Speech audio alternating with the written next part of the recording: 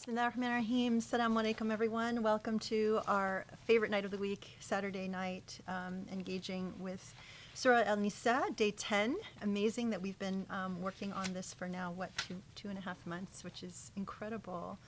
Time goes by so quickly. I cannot believe we're already at the end of March, on the doorstep of Ramadan. And, you know, even though this was spring break at UCLA, the work doesn't stop here. We had the amazing Dispelling Myths Q&A last Sunday. It was not even a week ago, but it feels like it's been a while. But it was an incredible session, really stunning. I think that the questions that we covered were really important, and I think the answers were incredibly surprising, transparent, empowering. I know that we had a really beautiful group of people.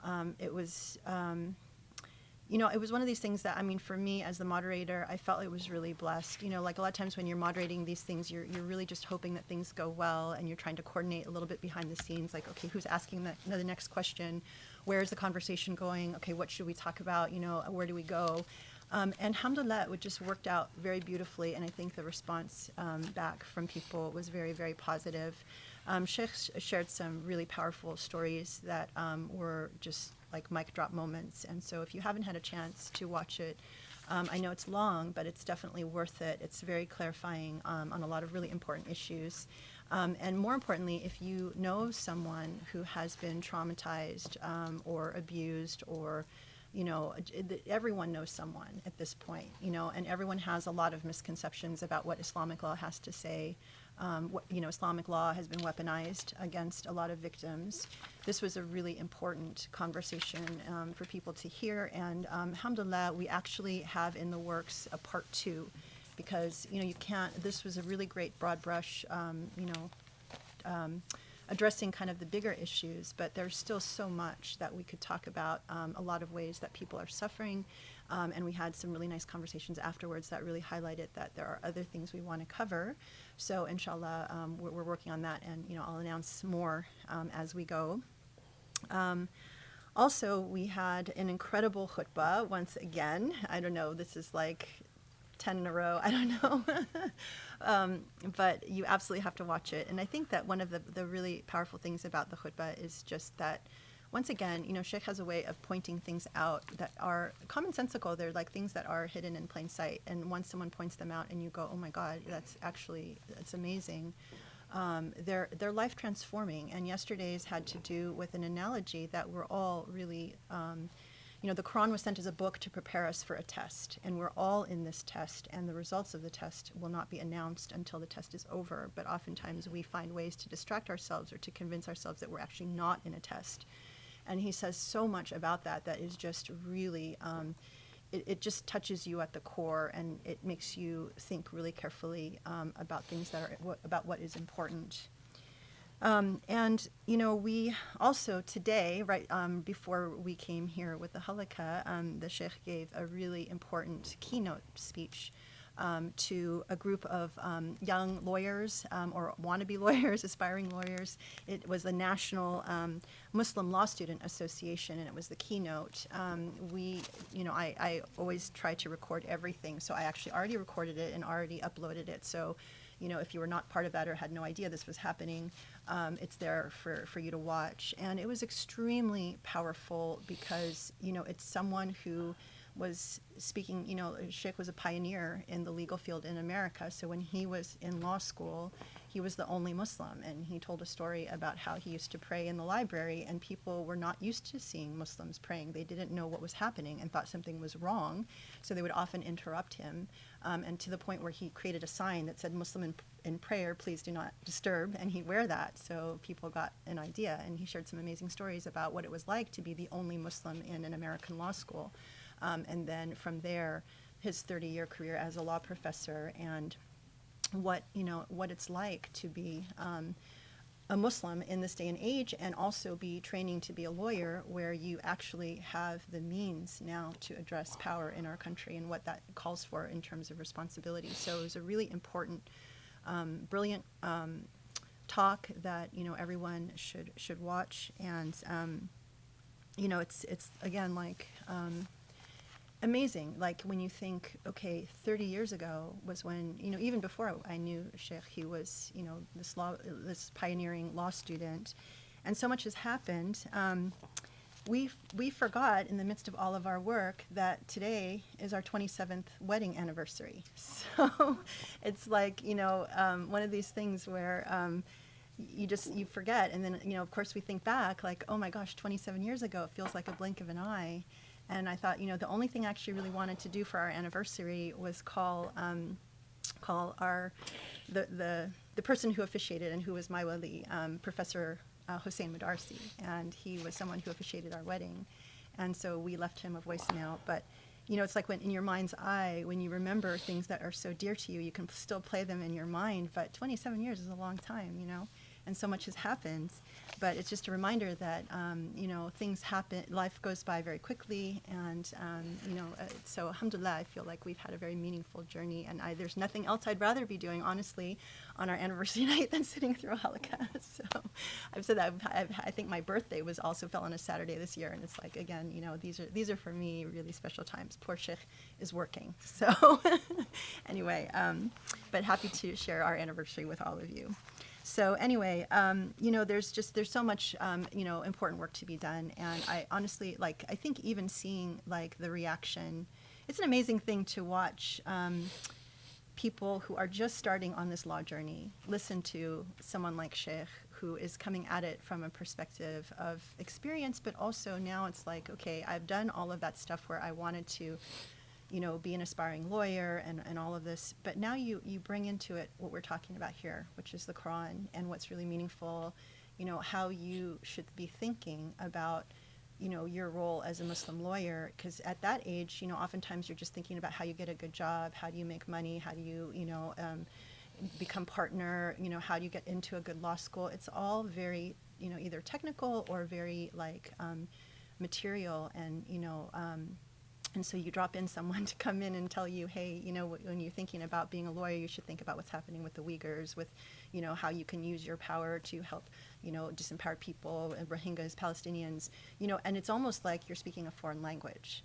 But I hope that, I saw some of the faces. I feel like some of the people really responded to what he was saying. But, it's like if you're a Muslim and a lawyer, okay, is it a label or is it more than that? And I think that was the power of that talk because, there's a lot going on. Obviously, Muslims are in such a bad place, and we need to rise up and claim that our rights and our power in this world. So anyway, it was a really important talk. So even if you're not a lawyer, again, I would really highly recommend it because there's a lot of learning there. So anyway, back to the Quran. Alhamdulillah, I'm so excited for another evening, day 10, and we'll see how many more days we'll spend with Surah Al-Nisa, but every day is just a blessing. Alhamdulillah, thank you for being with us. بسم الله الرحمن الرحيم سبحان الله الحمد لله رب العالمين اللهم صل وسلم وبارك على محمد وعلى آله وأصحابه ومن تبعهم بإحسان إلى يوم الدين اللهم اشرح لي صدري ويسر لي أمري واحلل عقدة من لساني يفقهوا قولي يا رب العالمين. So inshallah we return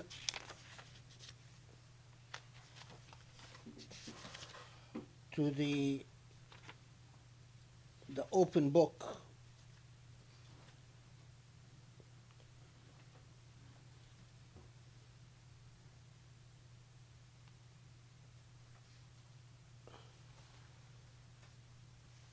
It is truly, I guess it didn't dawn on me how apt this analogy is until after I gave the khutbah. That we are really sitting in an exam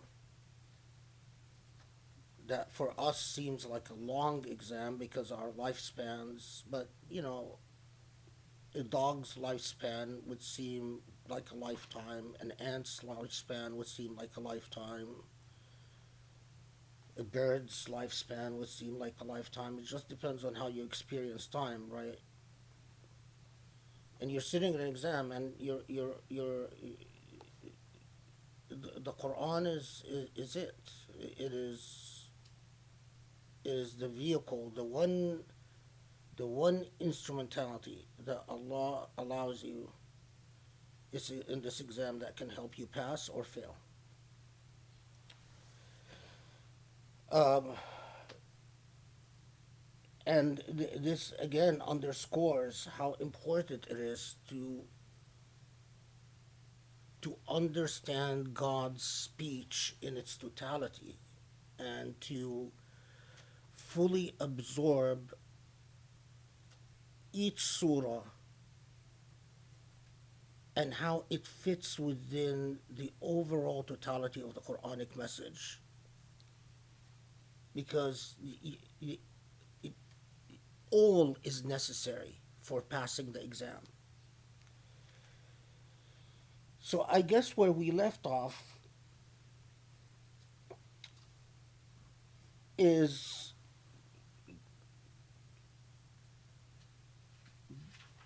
the point at which Surah An-Nisa deals with another eventuality in the living issues of the Medinian community. And we notice again that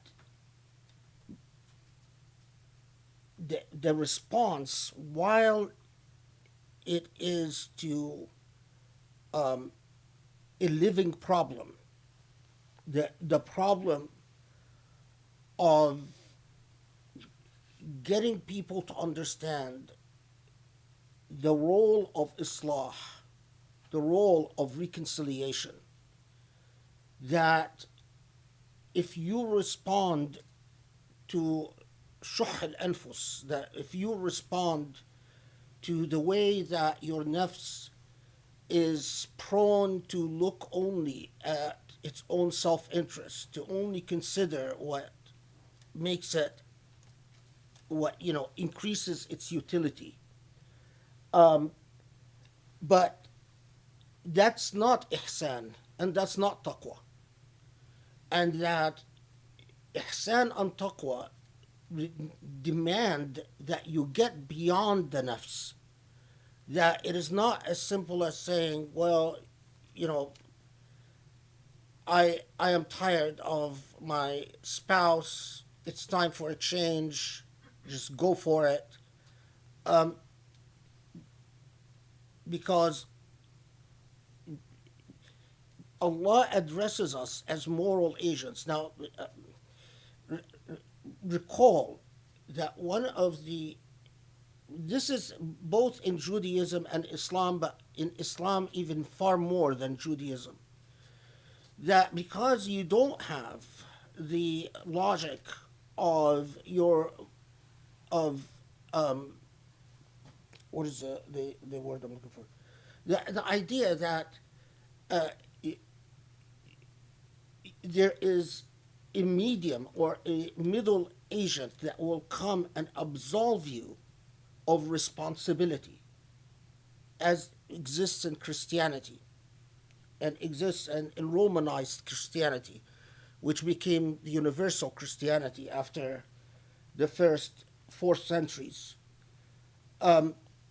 So you notice that the Quranic discourse, its power, can only be properly understood when you appreciate that it is speaking morality to people capable of understanding moral agency. Because if Allah is telling us that وَحُضِرَتِ الْأَنفُسُ الشُّحَّ, that watch out for selfishness. Selfishness is a problem. And when Allah tells us, it sort of flags the issue of ihsan and taqwa for us. And Allah flags the issue of adl and the challenge of achieving adl, of aspiring and pursuing justice.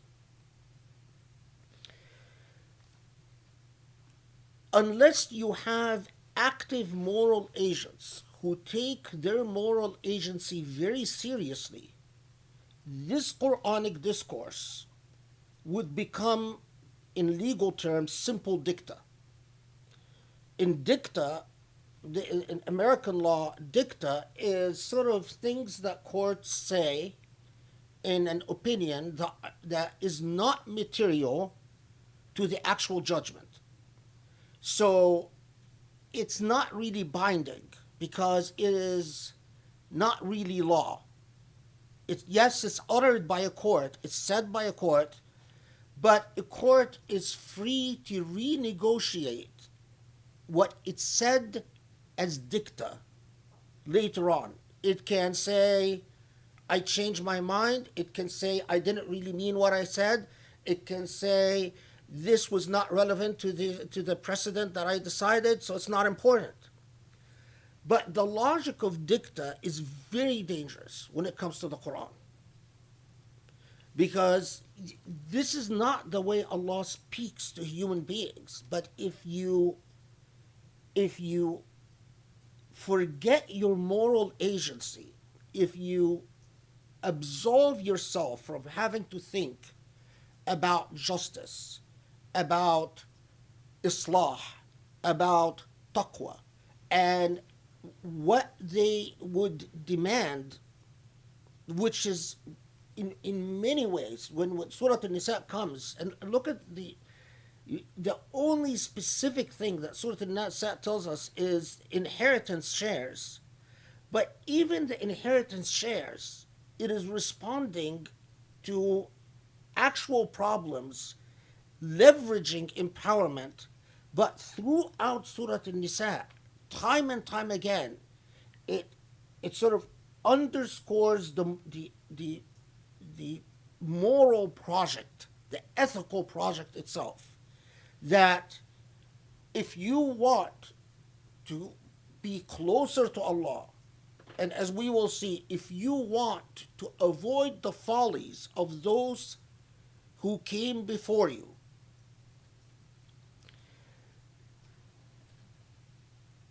in theological terms, then take the project of التخلق بخلق الله, take the project of the sunnah of Allah, following Allah's sunnah in creation. And as we said, Allah's sunnah is the values that we see embedded in the very idea of creation itself.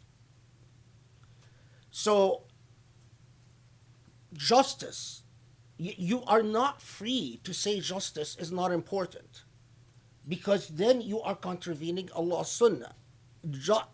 Justice was embedded in the very logic of creation as being something that is good and desirable and beautiful. You are not free to say mercy is not important, rahmah is not important, or ihsan is not important, because all of that is part of Allah's sunnah in creation. And what Surah An-Nisa repeatedly does is that it tells us, here are specific legal resolutions, but far more important than just is to get you to reflect as to why these legal reforms became necessary in the first place, and to get you to think as to why you resist legal reforms, as to why you resist the empowerment of the disempowered. Why do you resist giving people the rights that are due to them? Okay.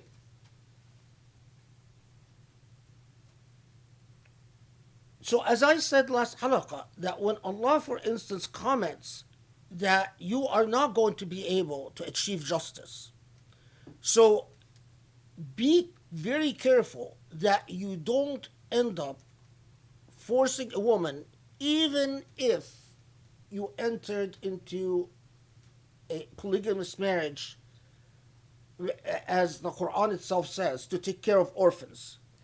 But be very careful that you don't تذروها كالمعلقة, that you don't leave her as a mu'allaqa. Well, anyone pretending to understand what that means is engaging in folly unless they first study what that social cultural institution was. And here what I mean institution means a living experience. What the living experience of ta'liq or al-nisa al-mu'allaqat was historically. And so when Allah says, don't replicate that institution, don't recreate it, it is just common sense that then, okay, well, what was that institution? What was that about? What was leaving a woman as a mu'allaqa about? And at a minimum, the thing that strikes you about the institution of al-mu'allaqat is that they were disempowered women. Put bluntly, they were women without a choice. So it doesn't take a genius to think, well, if we really are listening very carefully to the Quranic morality, it is not morally acceptable to place women in a situation where they feel victimized by circumstance and they have no recourse. And then when Allah underscores this and tells us, وَإِن تَصْلِحُوا وَتَتَّقُوا فَإِنَّ اللَّهَ كَانَ غَفُورًا رَحِيمًا. If you want ghufran and rahmah, if you want forgiveness and mercy, and every word matters, because if you say, I don't care, I'm just going to indulge in whatever, which this is what quite often in polygamous marriages all over the Muslim world, exactly what happens.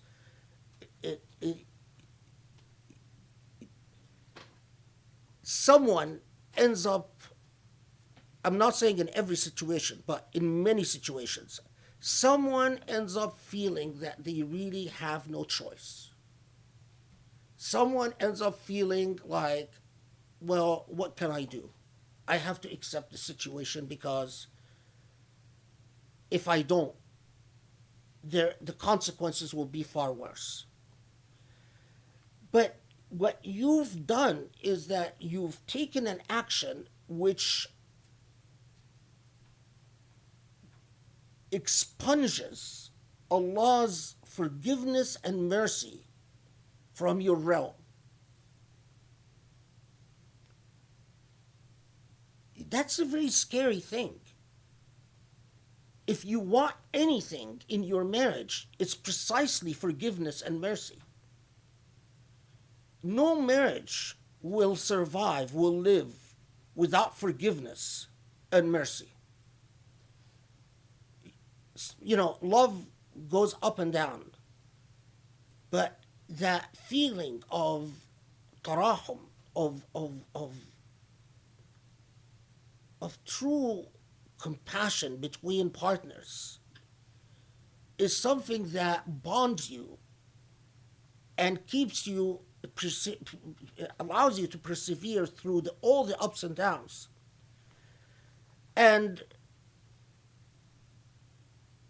no marriage will survive without Allah blessing your hearts with the true blessing of forgiveness. That you're able to forgive yourself because you're human and you're going to end up doing a lot of things that are stupid and silly and worse. in a marriage, and the ni'mah of forgiveness.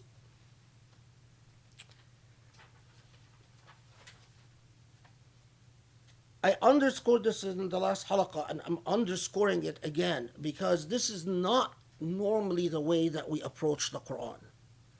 We read وَإِن تَصْلِحُوا وَتَتَّقُوا as if it's dicta. Yeah, okay, just give us the rule. It's like the way that we approach inheritance laws, or the way that we approach so many. It's just, okay, just give us a positive law, and let's forget all the it's as if we deal with with all the rest as if it's like decoration around the positive law. Yeah, God is talking about mercy and justice and islah, and again, okay, let's just move on. How amazingly blasphemous to do that. But we do it all the time. All the time. We just pass over what Allah tells us about basic moral injunctions that in fact are the foundations of the law, but instead we just sort of, okay.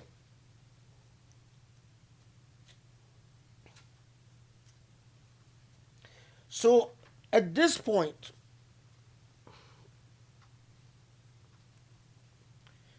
one last thing, because I forgot to say this in last halaqah. So notice that in 130, when Allah reminds us, وَإِنْ يَتَفَرَّقَ يُغْنِ اللَّهُ كُلٌّ مِّن سَعَتِهِ,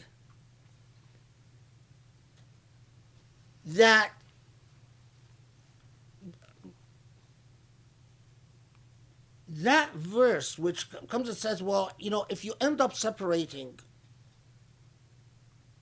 then rely on Allah.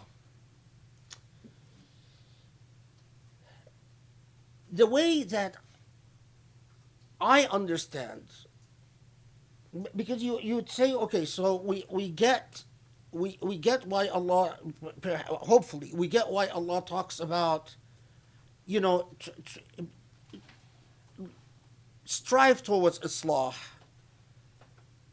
Remember that sulh is always better. Try to avoid breaking up relationships. But why does then Allah come and say, well, if you end up separating, then inshallah God will take care of you?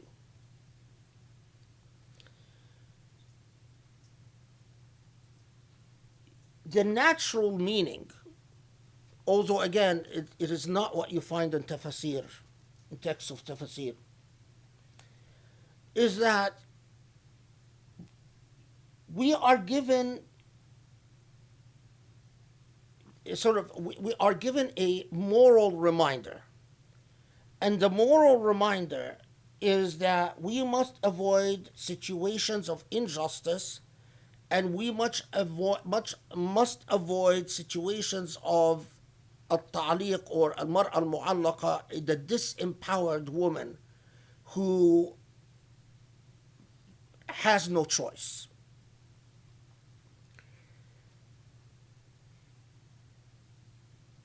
It is as if Allah is saying, if you end up confronted with a situation in which in fact you become a mu'allaqa, a woman who, and the mu'allaqa, as I said, it was an institution that was full of indignity. Any woman did not want, and women would deny, even if they experienced, even if they were in fact a mu'allaqa, they would hide it. They wouldn't. It was considered dishonorable, shameful to be a woman stuck like that. So it is like saying, you know, don't accept indignity for yourself if you end up in a situation where you cannot escape the, and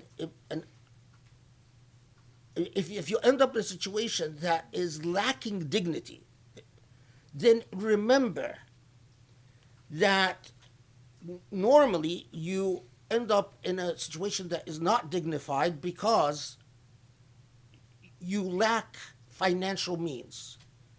So it's Allah coming in and reminding you and say, don't accept that for yourself.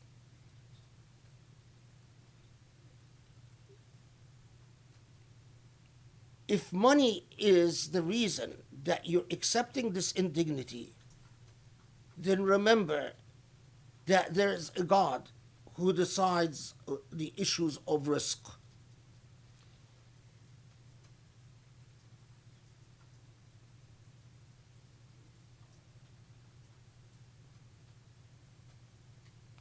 I hope the point got across is that, you know, so because if the excuse is, well, you know, I just have to accept it because but there is to remind you that you shouldn't compromise your dignity and honor for financial reasons. Okay. So then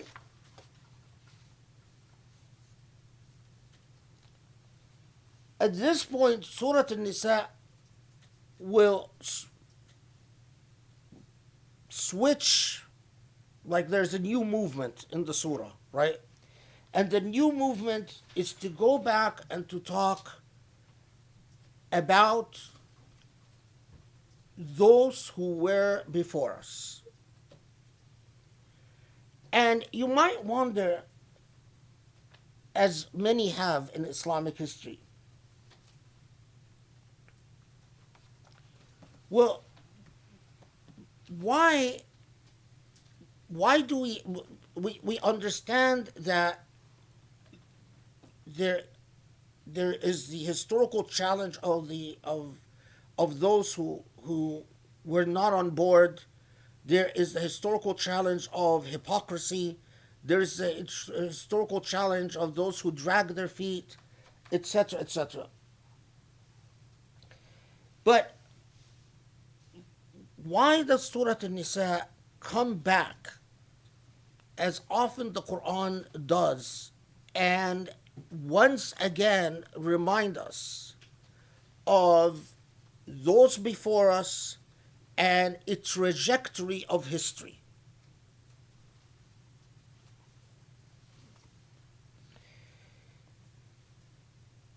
The answer is in 133. إن يشأ يذهبكم أيها الناس ويأتي بآخرين. We will notice that Surah An-Nisa at this point will repeat the form of Ya ayyuhan nas. It starts speaking to humanity at large. And it reminds humanity that in many ways there is nothing new under the sun.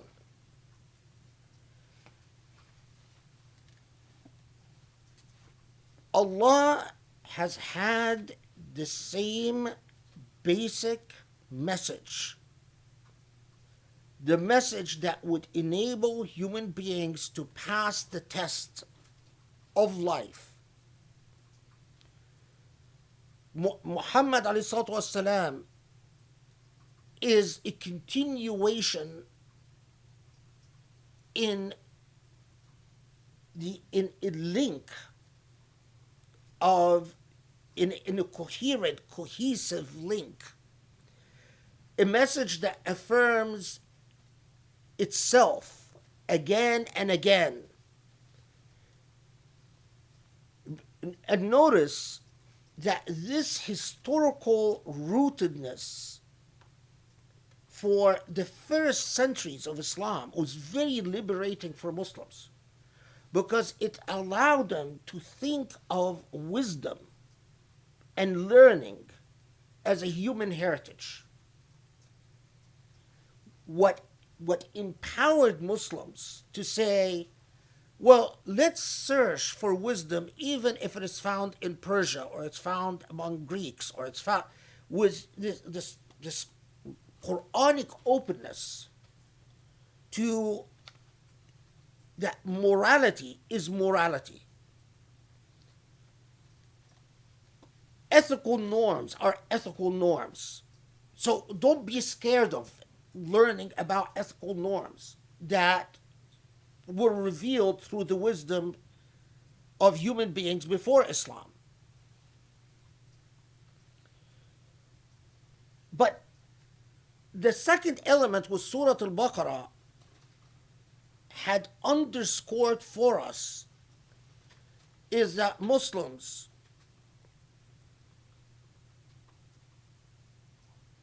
pay careful attention, because the likelihood, if you fail in this project, it will be because of the same mistakes that were repeated. In other words, human beings repeat the same fallacies over and over again. It's like a broken record. It is the same elements of the same arrogance, the same resistance, the same lack of humility, the same egoism, the same tendency to lose sight of the divine norms, as sunnah al-ilahiyya, and to become obsessed with the technicalities of law, and to think that God is about just the discharging of these technical laws, and the same dynamics. And the bottom line of it, as Allah has already told us in Surah Al-Baqarah, like Allah has now brought Muslims to replace those before them, as Surah Nisa has underscored, this is not a status competition, and Allah could in turn replace you as well. So, وَلِلَّهِ مَا فِي السَّمَاوَاتِ وَمَا فِي الْأَرْضِ وَلَقَدْ وَصَّيْنَا الَّذِينَ أُوتُوا الْكِتَابَ مِنْ قَبْلِكُمْ وَإِيَّاكُمْ أَنِ اتَّقُوا اللَّهِ. So here the message is, for God are the heavens and earth, and that message of taqwa Allah, of having a intimate, direct relationship with Allah, where you are listening carefully to what Allah is telling you about how to get to the other shore, to succeed in your moral journey, is something that Allah has sent to people before you. وَإِن تَكْفُرُوا فَإِنَّ لِلَّهِ مَا فِي السَّمَاوَاتِ وَمَا فِي الْأَرْضِ وَكَانَ اللَّهُ غَنِيًّا حَمِيدًا. So, and again, the reminder that if you think that any of this is somehow enriching for Allah or adds anything to Allah, you're absolutely wrong. All of this, the entire journey, all the laws, all the morality is for you, to your benefit. This is a philosophical anchoring of our attitude towards the commandments themselves, as we will see in a second. Okay. And then وَلِلَّهِ مَا فِي السَّمَاوَاتِ وَمَا فِي الْأَرْضِ وَكَفَى بِاللَّهِ وَكِيلًا. And again, underscoring that you exist in Allah's ownership, in what Allah owns. And you will not find a better guide or a better ally to anchor you in the past than Allah. إن يشأ يذهبكم أيها الناس ويأتي بآخرين وكان الله على ذلك قديرا. If Allah wanted to replace humanity, all of it, it would be the simplest thing for Allah subhanahu wa ta'ala. من كان يريد ثواب الدنيا فعند الله ثواب الدنيا والآخرة وكان الله سميعا بصيرا. This is one of these ayat that I say that we often read as dictum. So if what you are thinking of is success on this earth, then you should be mindful of the fact that whether success on this earth or the hereafter,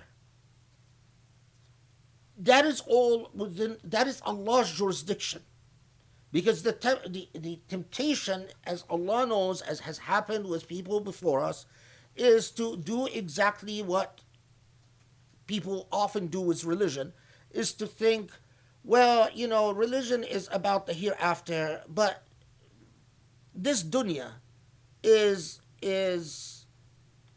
our business. It is to sort of bracket religion in ready-made categories on the margins of life on earth.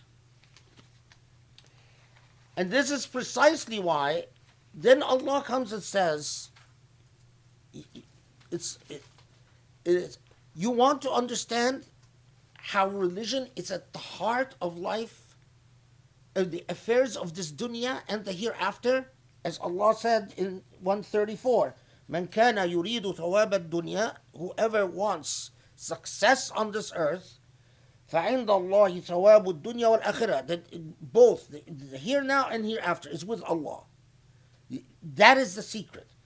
You want to know how so? That's answered in 135. Look, يا أيها الذين آمنوا كونوا قوامين بالقسط شهداء لله ولو على أنفسكم أو الوالدين والأقربين إن يكن غنيا أو فقيرا فالله أولى بهما فلا تتبعوا الهوى أن تعدلوا وإن تلووا أو تعرضوا فإن الله كان بما تعملون خبيرا. How more clearly can Allah make this point when Allah comes and says, those of you who believe, كونوا قوامين بالقسط. القائم بالقسط is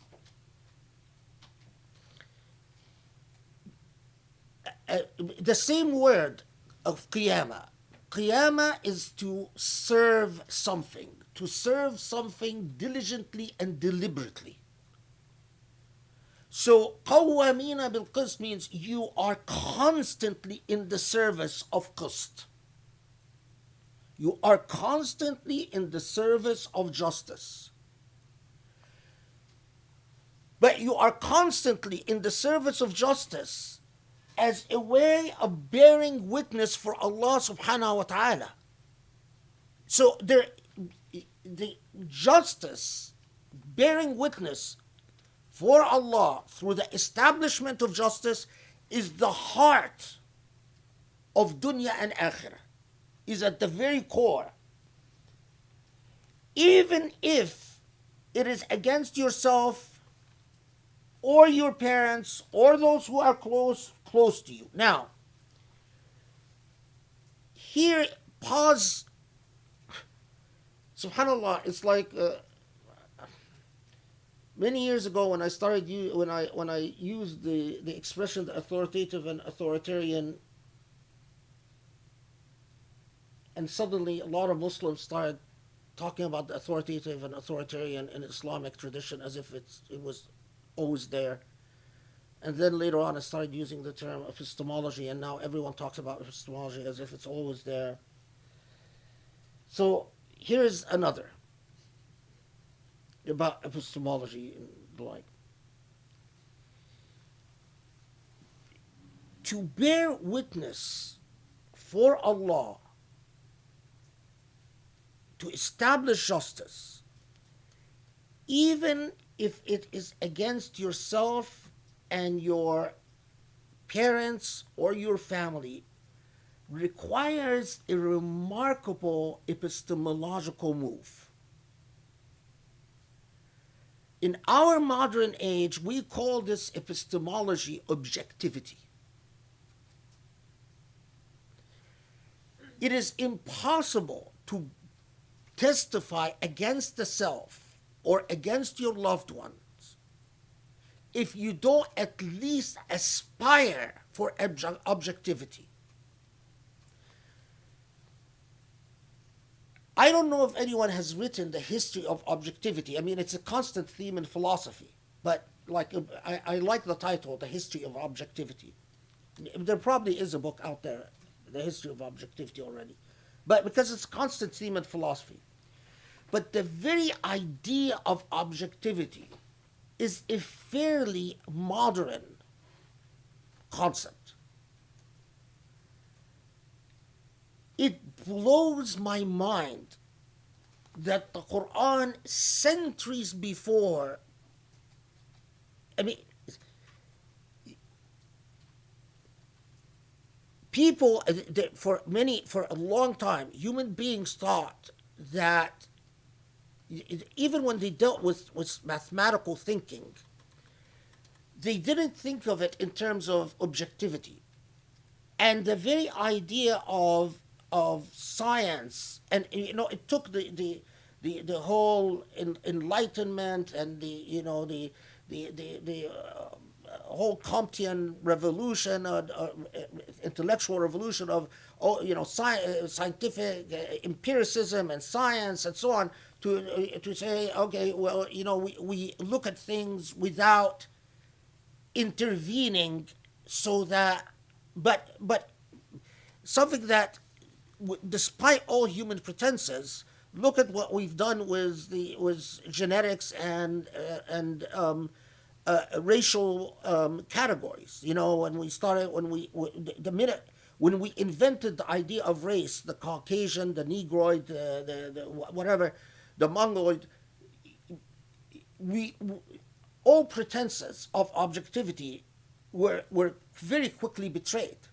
I mean, if you study the history of racial classifications, human beings have had the hardest time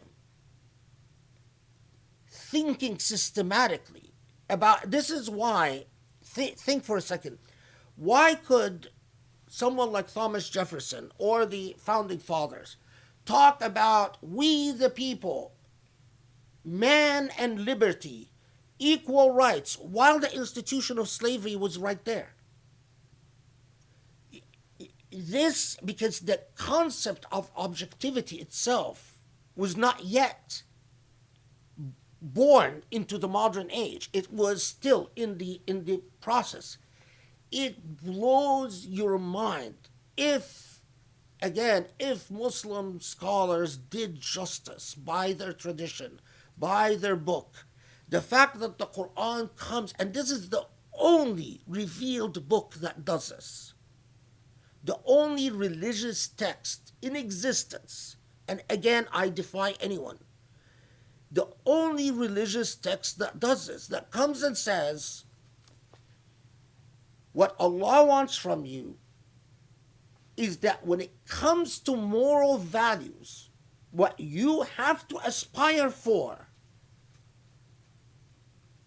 is to be able to testify for justice, even if it is against yourself or your loved ones.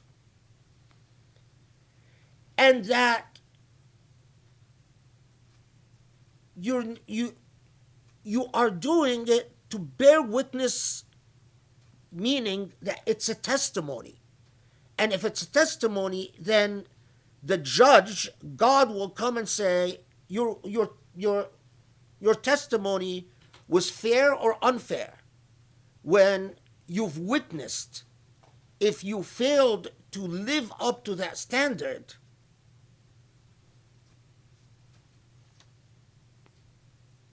So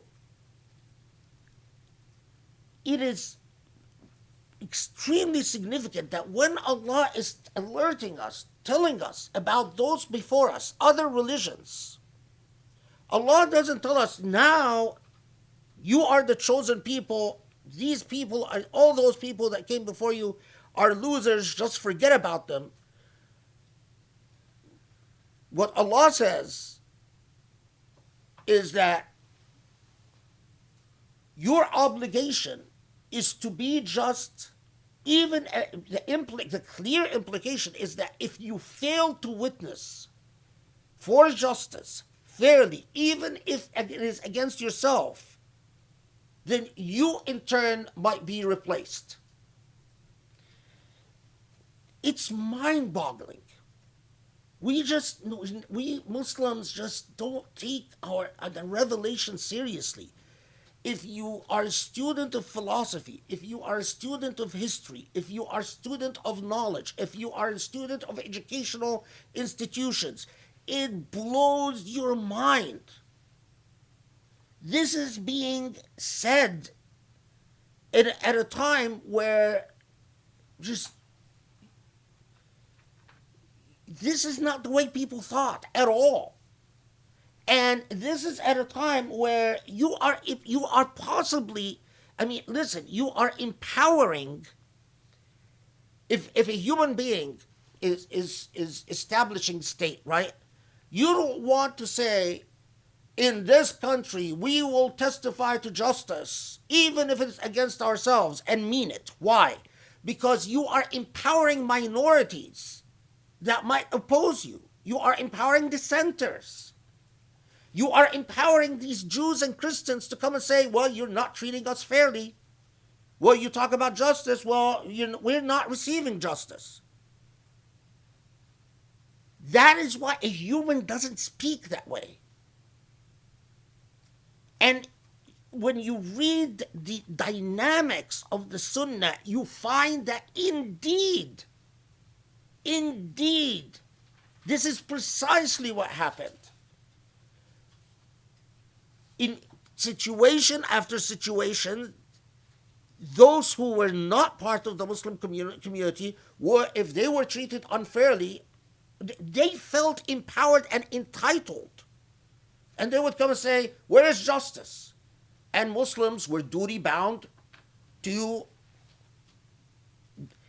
whether they were successful in discharging justice or not, that's not the issue. But they could not ignore justice without the devastating ideological blow of having ignored the Quran.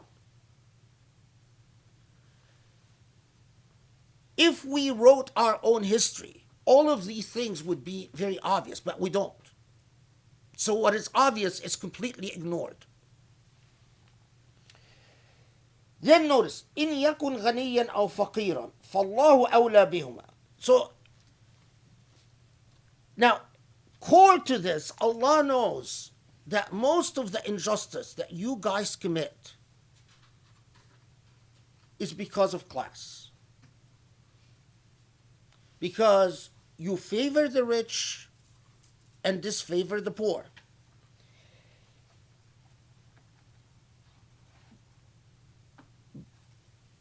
Remarkably, in all the Muslims who wrote about Marxism, I haven't read a single Muslim who points to what is really obvious.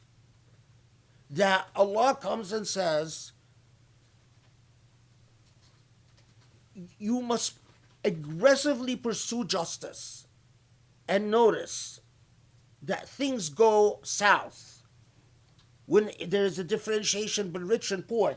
And if you fail, if you have different standards of justice for the rich and the poor, this is اتباع الهوى. فلا تتبعوا الهوى أن تعدلوا. Now, don't follow your whims, i.e., don't follow what human beings always do to favor a class, favor a religious group, favor an economic group. That is ittiba' al-hawa. And that, if that is the way you digress from justice, then know that Allah sees all and knows all. There is a riwayah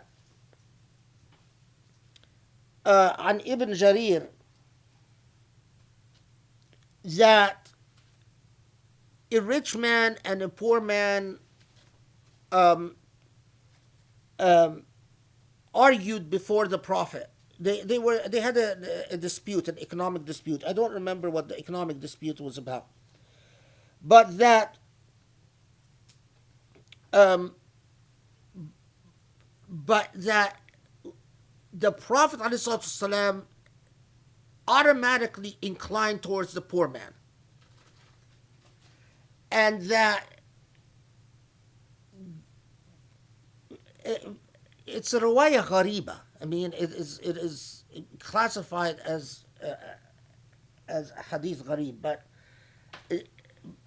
that the Prophet ﷺ inclined towards the poor man, and it is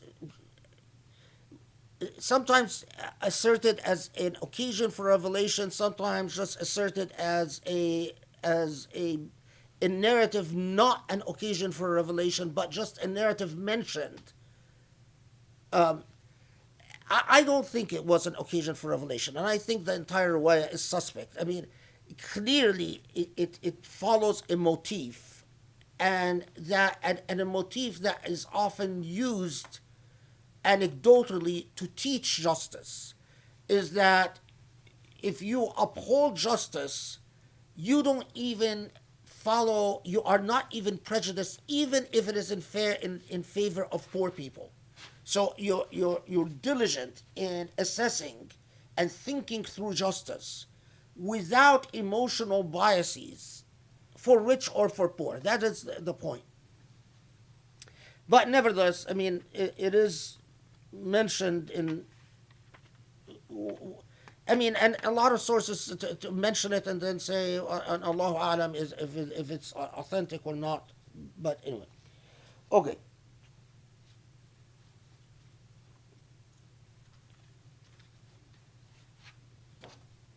So,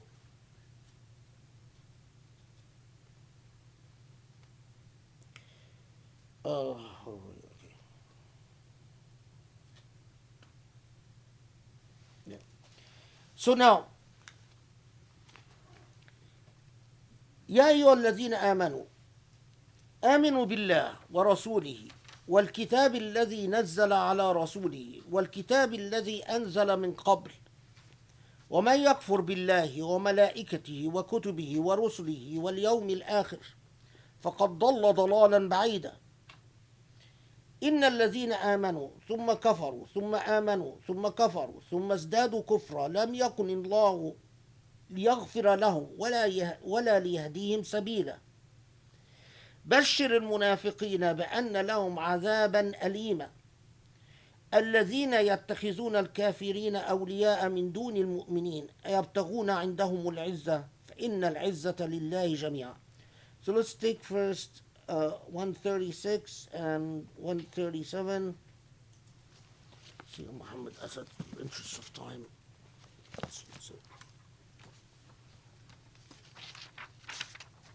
So, Ya ayyuha alladhina amanu, believers, hold fast unto your belief in God and God's apostle, and in the divine writ which God has bestowed from on high upon God's apostle step by step, as well as in the revelation which God sent down aforetime. So the revelation before.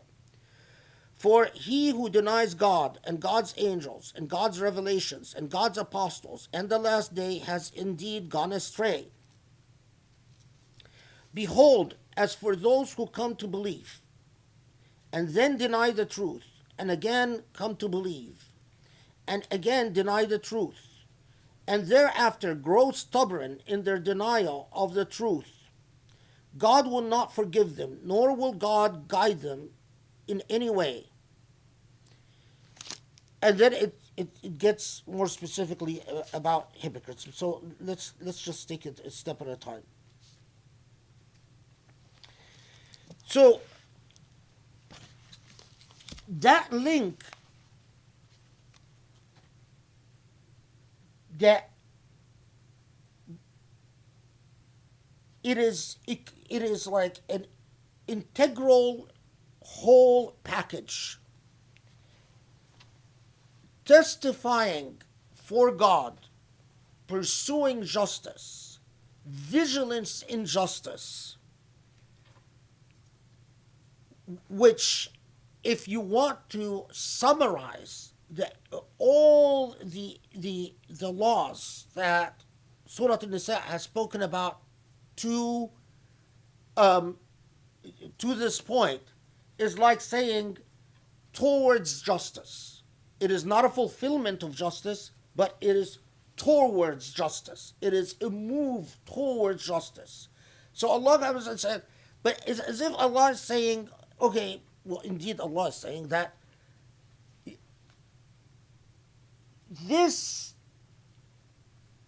the belief in Allah and the belief in Allah's angels and the belief in Allah's prophets and the belief in the divine writ and the belief in the revelations that came before you, it is all about precisely that. This is the heart of all of it.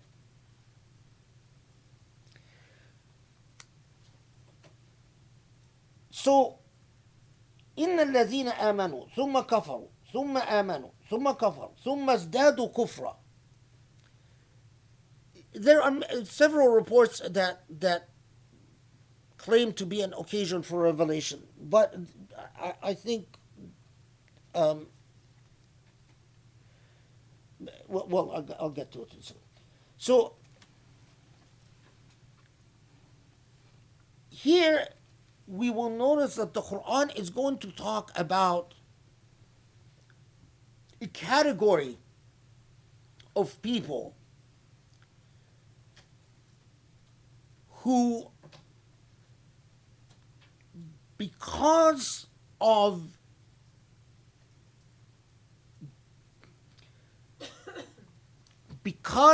their bias towards their own ego, towards their own self-interest, they are muzabzabin. They are keep going back and forth. Who are these people? Well, as we will see, Surah An-Nisa will tell us something that whether you call them munafiqeen or call them, they're technically Muslim as illegal, as a matter of legal identification. But as far as Allah is concerned, there's a hypocrisy that is equivalent to kufr and sometimes even worse than kufr. Who are these people? What is their problem?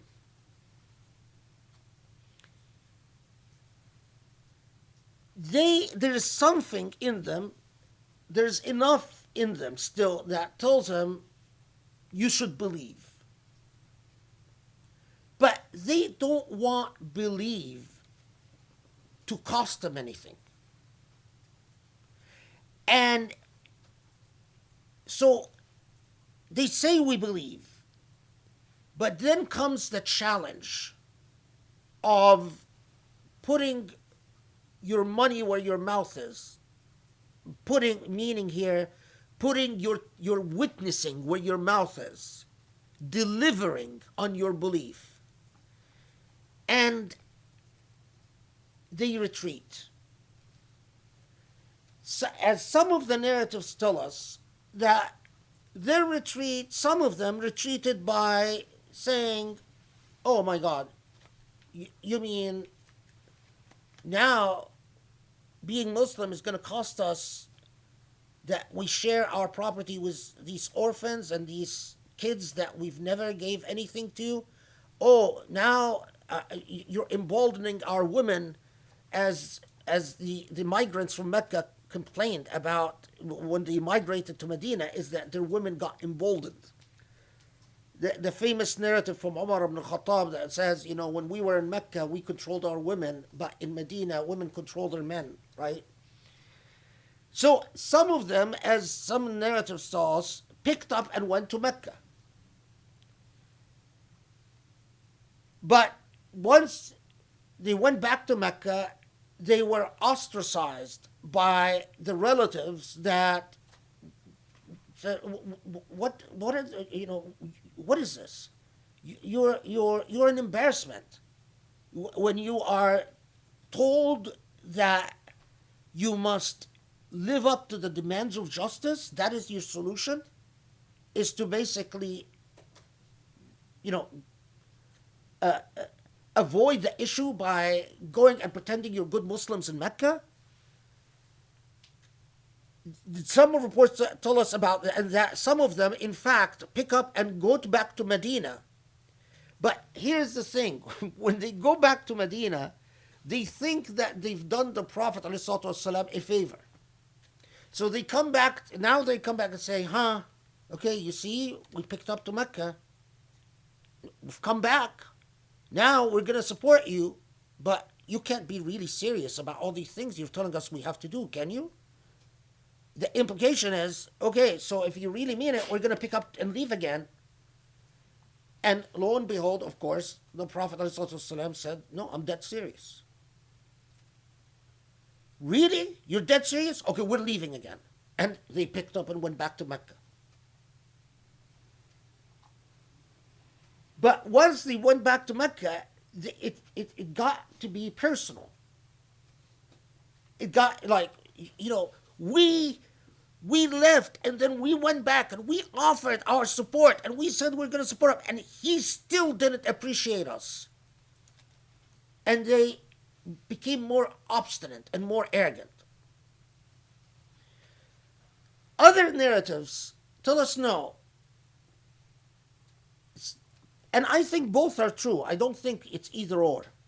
Some didn't leave to Medina, didn't leave to Mecca at all, or anywhere around the area of Mecca. But they initially, first they resisted. Then they told either the Prophet ﷺ or Ali bin Abi Talib or Abu Bakr that, okay, no, we've got it.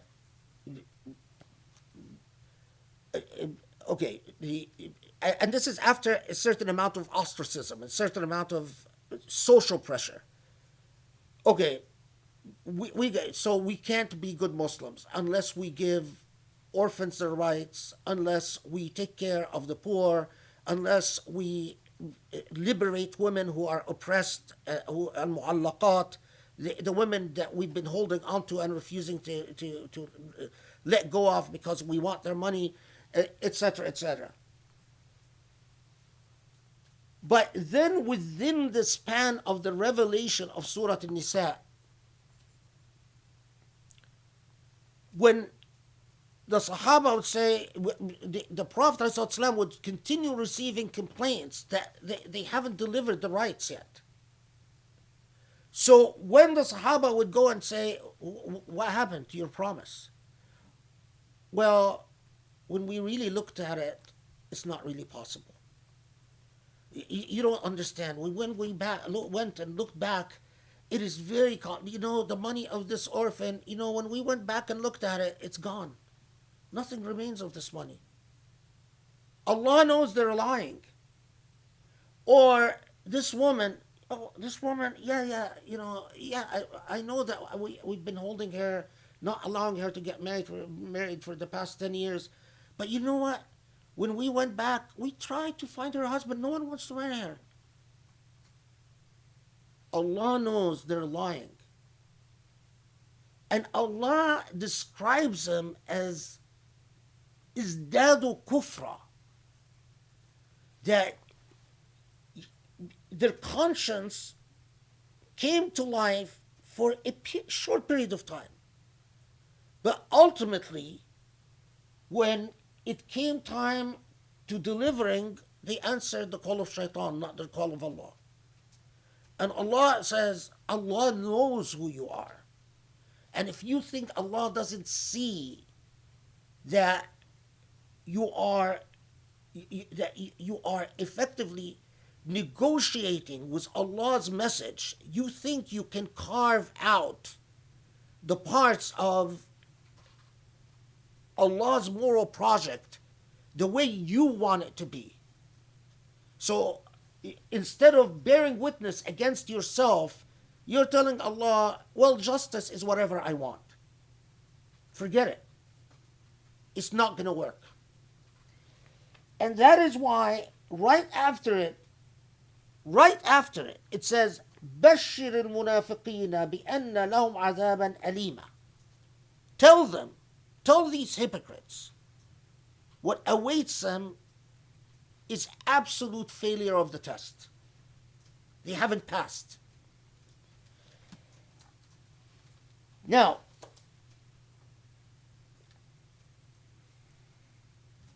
and we'll come back to this group because Surah Nisa has one other thing to say about this group in a second.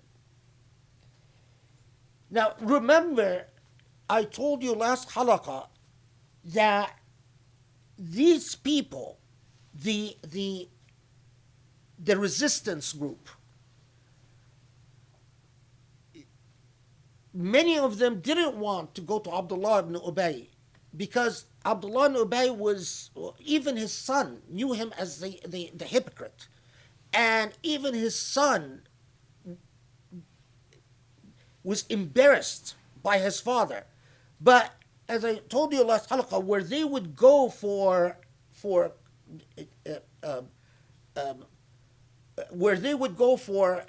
support was to Ahl Kitab, often to Christians and Jews who are more than happy.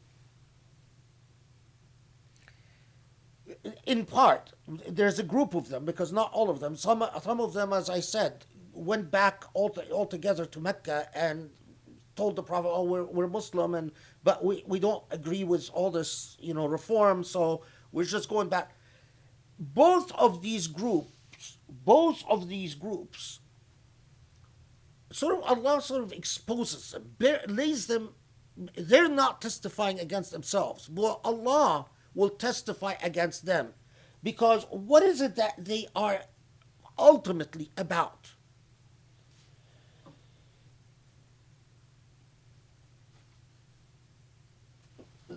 This is 139. So I will see it like how Muhammad Asad translates it. It says, "As for those who take deniers of truth for their allies in preference to believers, do they hope to be honored by them? Behold, all honor belongs to God alone." The reason I went to the translation is al-izzah. Muhammad Asad is correct, and I suspect he's read the same reports since he picked the word honor. But أَيَبْتَغُونَ عِنْدَهُمُ الْعِزَّةَ فَإِنَّ الْعِزَّةَ لِلَّهِ جَمِيعًا. That what izzah here is your ego. But al-izzah, when izzah is with Allah, it is not egoism, it is dignity and honor. When it is without Allah, then it is arrogance and egoism. That's the nature of. So when Allah Aziz, it's the same word, right? If you say Azizu Misr, here then the connotation becomes negative, because Izzah is it is being embedded in the divine. It's what tempers pride to become dignity. instead of arrogance. Now, so Allah is exposing them, testifying to them against themselves by telling them, what you are about, what you are ultimately doing, is that you are about your own pride. And by going, and whether you go and you escape to the kuffar in Mecca, or you go and you sit with Christians and Jews and go along with them in mocking the laws of Islam, or in poking fun at the reforms and talking about how atrocious it is, how shocking it is that this man Muhammad is empowering orphans and empowering women and empowering men who are too weak to fight, asthmatic men and men with health problems, or men who are, some of them had suffered from, I don't know, what do you call that in English, where like you have bowed legs, like your legs suffered from a bone deficiency, so they're like bowed. Well, these men, this is at a time when there was obviously no treatment for them, and men like that were considered non-fighting. Like these men were, the most they would do in warfare is carry water, but they were always denied inheritance shares because the fact that they had that physical defect, leave alone if, God forbid, you're actually blind, or you suffered from a disease that made you crippled, or if an arm didn't develop, or something like that. But even the what seemed to, that type of illness of these bowed legs, from what we read in the tradition, there seemed to be quite a few of these people around who would be, and it was a scandal. Like, how could we allow these people to inherit when they perform no useful function at war other than carrying water? For them, for us, it's like, oh, really, what's the big deal? But no, for them, it was scandalous. It was embarrassing to endow people like that with property. So Allah comes and says,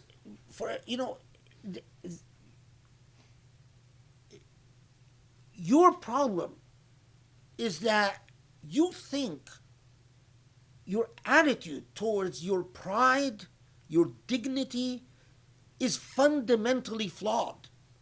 You think you can find honor in a paradigm other than this moral paradigm that Allah, well, you want to understand real honor? Real honor is what Allah teaches you. Real honor is justice.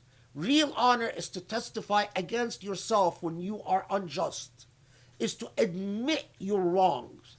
Real honor is to testify against your parents if need be. It is a complete shift in the framework of honor. Arabs who thought that real honor is that if someone kills your cousin, you go kill, 3 of their cousins. That was the Arab sense of honor. You're coming to them and saying, I am not just revolutionizing your sense of honor, but I am telling you that that sense of honor that I am teaching you with the honor that was taught all along to the prophets of all the gods, regardless of what Christians and Jews are telling you. Because Allah knew that Christians and Jews were sitting there telling them the stuff that Muhammad is saying is crazy. No one ever thought of it before. And Allah's coming and saying, they're lying. This was the law of Moses, the law of Jesus, the law of Ibrahim all along. This was Allah's message all along. Okay. Here, notice 140. Well, I actually forgot one thing. 136, if you go back to 136 for a second, there is a report that, again, I have. I mean, it's probably occurred historically, but as an occasion for revelation, there are like 10 different reasons why it cannot be, or it's not. The report says that a group of Jews went to the Prophet ﷺ and said, "We are willing to believe in what we're willing to believe in is in Moses and the Torah, and we are even willing to believe in your book, the Quran, and you as a prophet, but nothing else." Meaning, what? We don't want to believe in Jesus as a prophet. Jesus was a false Messiah. And that 136 was revealed to tell them,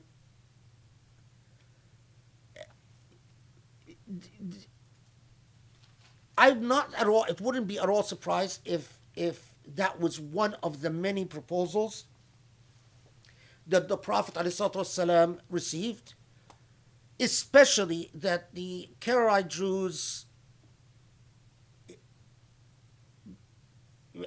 especially that there were a lot of proposals that from Jewish tribes that were insincere. We're like, well, we're going to acknowledge you as sort of you are de facto truth, but not de jure. Sort of like you're a truth in fact, but not a truth in truth. Which is, I mean, but as an occasion for revelation, you need more evidence that clearly associates the revelation with a narrative. Not just finds parallels that sort of does this process of matching that we often see in these types of claims. Anyway, just for the sake of completion, I thought I should mention it. Okay. Now, 140, notice. أن إذا سمعتم آيات الله يكفر بها ويستهزأ بها فلا تقعدوا معهم حتى يخوضوا في حديث غيره إنكم إذا مثلهم إن الله جامع المنافقين والكافرين في جهنم جميعا. Remember, I told you that the Quran comes and says, often the hypocrites and the kuffar, who's worse? It's not clear. And they're often, and you notice here that at the end of 140, first let me read the translation. And indeed, God has enjoined upon you in the divine writ that whenever you hear people deny the truth of God's messages and mock them, you shall avoid their company until they begin to talk of other things, or else verily you will become like them. Behold, together with those who deny the truth, God will gather in hell the hypocrites, who but wait to see what betides you. And then it goes on. If it's not clear from Muhammad Asad's translation that Allah said that Allah will gather the hypocrites and the kuffar together in Jahannam. Sort of like there are each other's company in hellfire. Here I should mention, someone that the work, I only recently discovered the work of Hassan Farhan al-Malki. But once I read, and this was just a few months ago, a couple of months ago at most, but once I read what he said about this ayah, I can't get it out of my mind. But it is again, I often feel like Hassan Farhan al-Malki in many ways sort of was a twin, someone I've never met, and to my shame didn't even know about. But that one, the the many reports that we have, and again, if you want to get into the Hassan Farhan Malki does a really good job of putting these reports together. The many reports that we have that those dissenters of various degrees and levels, because some of them were truly muzabzabin, truly would rise to the level of munafiqun. Others were at risk of becoming hypocrites, but it's clear that there's still hope for them. But as I said, that they would go and they wanted validation. So who would validate them? Well, it was often either dissenters like them or people who are not Muslim. But then these conversations that would start out as, can you believe this is what we're asked to do, quickly deteriorated into making fun not just of the Prophet ﷺ, but of the Quranic revelation.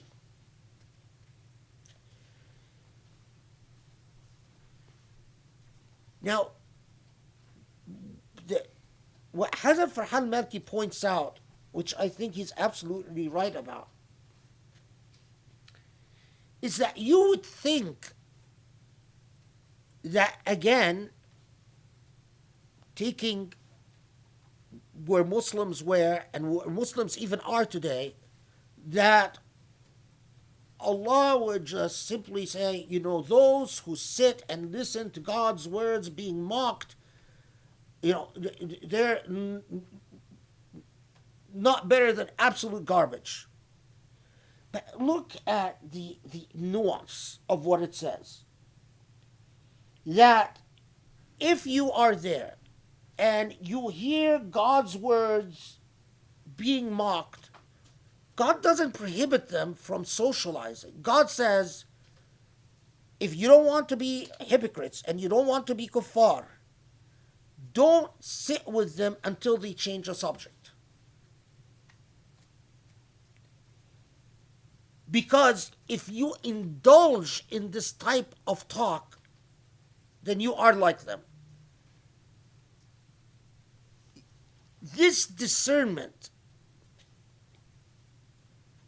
is becoming of a text that tells you, bear witness to justice or bear witness to Allah in pursuit of justice, even if it is against yourself.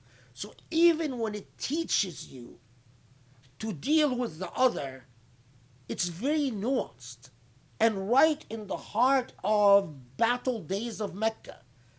If you are sitting with them and they start making fun, that's a red line. Allah doesn't condemn them for sitting with them. And this is one of the things that, I wasn't, it's always, I have to say that I myself, just from my upbringing, I was resistant to it. My own biases, my own asabiyya, the way I was raised, resisted the idea of course, if someone is making fun of God's words, and what you do is that you beat them up, if not kill them. But the idea that justice is far more discerning than that, and far more nuanced, and that, because my issue was this revelation. I mean, I hate to put it this way because it's not polite, but was that, how could God tell them, don't sit with them until they change the subject? Why didn't God tell them, go and just, beat them up? This is how we're accustomed, like as modern Muslims. This is, some of you know that when I was a teenager, we used to find Americanized kids, and we would go try to create what is the word I'm looking for? We tried to trap them, and the kids who went to the clubs of the rich people, that everything was American, and we knew that they danced disco and listened to Western music and wore jeans and stuff like that. We would try to create traps for them and beat them up, and it took a lot of maturity to listen to the Quran. Because say you don't have a right to beat them up, just because they're this Quranic Islam is mind-boggling. The morality of Quranic Islam is mind-boggling. Yeah, that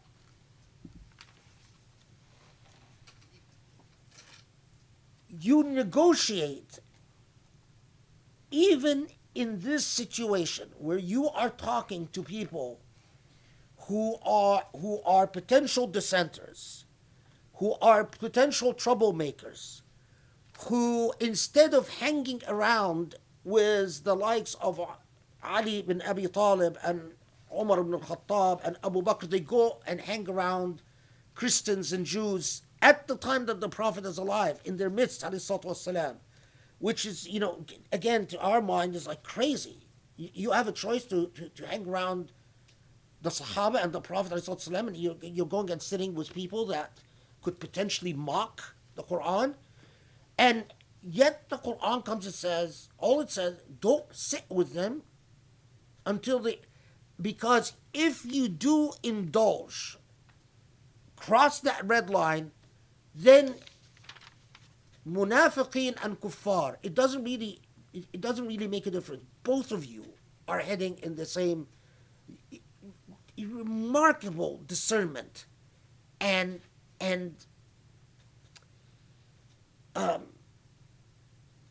sophistication.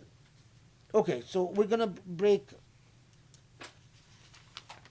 We're going. Okay, we'll continue with 141. We're going to break for Maghrib, and then inshallah, we'll continue. Bismillah ar-Rahman ar-Rahim.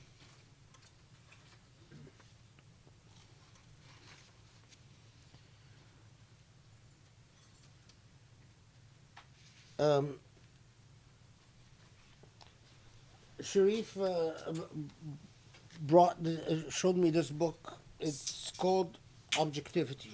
We're just talking about history. Of course, objectivity is a very common theme in philosophy, but this is an actual study written about objectivity. But I just immediately noticed, just flipping through it, not surprisingly, under the chapter under structural objectivity, what even a God could not say.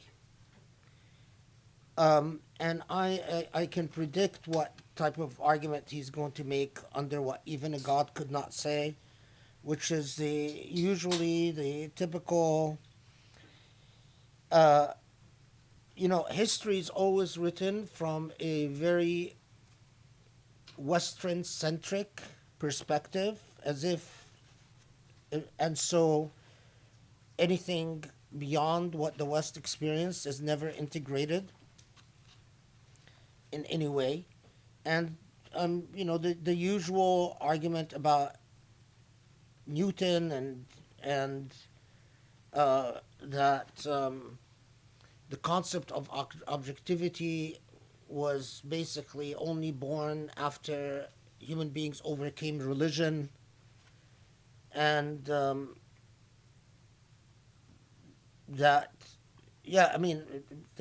usual history of philosophy that looks at objectivity as basically a product of the Western Enlightenment.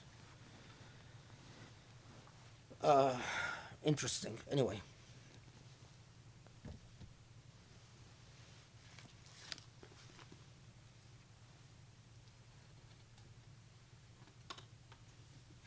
What time is it?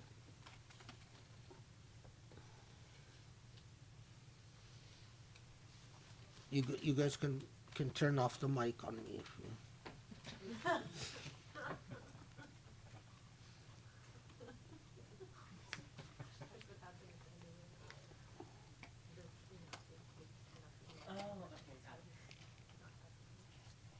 Um, yeah, okay. So, الذين يتربصون بكم فإن كان لكم فتح من الله قالوا ألم نكن معكم وإن كان للكافرين نصيب قالوا ألم نستحوذ عليكم ونمنعكم من المؤمنين فالله يحكم بينكم يوم القيامة ولا يجعل الله للكافرين على المؤمنين سبيلا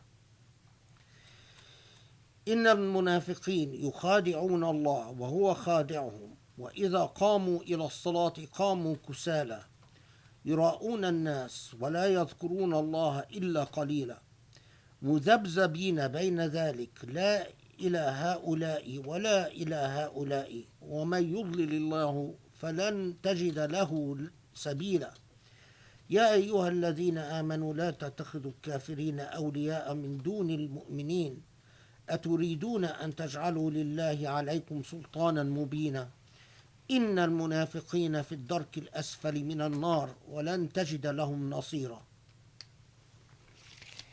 So 141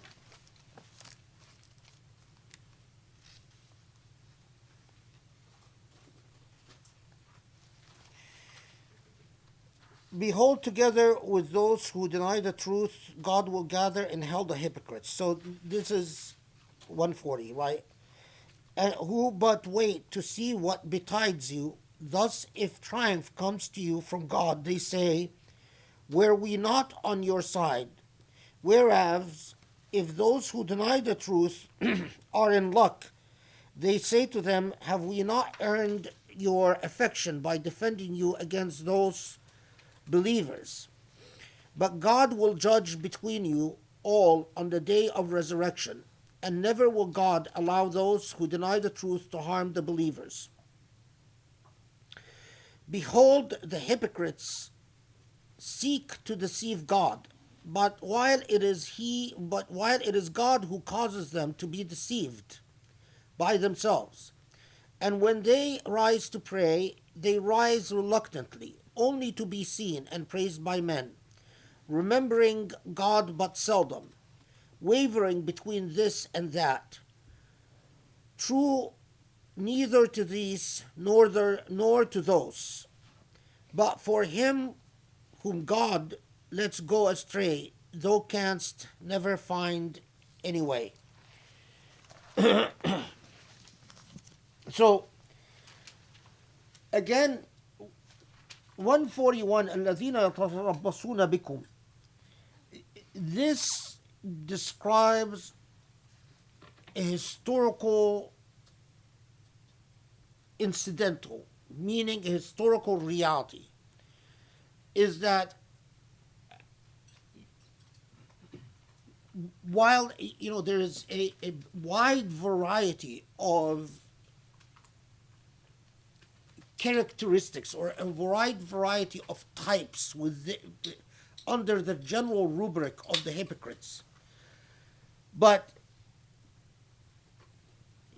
the same individuals that had increasingly first, and when you trace many of the key figures that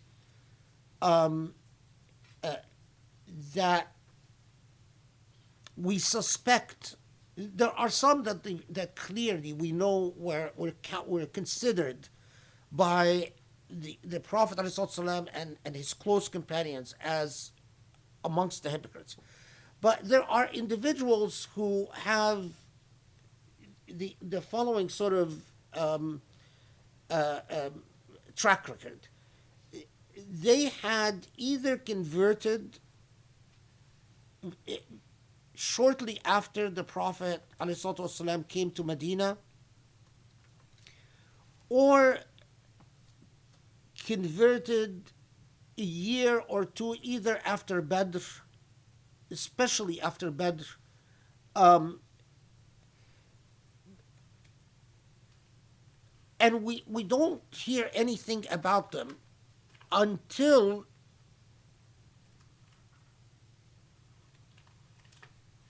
the Surah Al-Anfal and Surah Al-Nisa.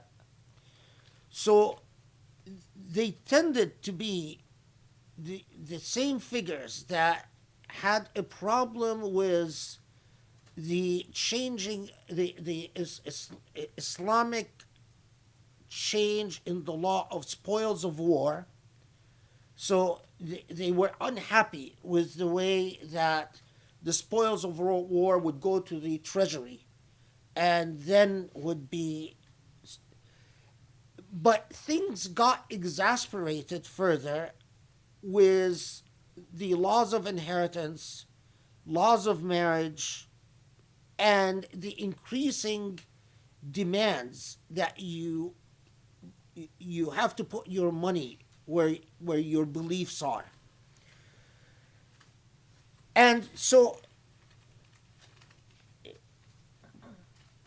in the same way that these folks would seek validation with the parties most likely to validate their protests,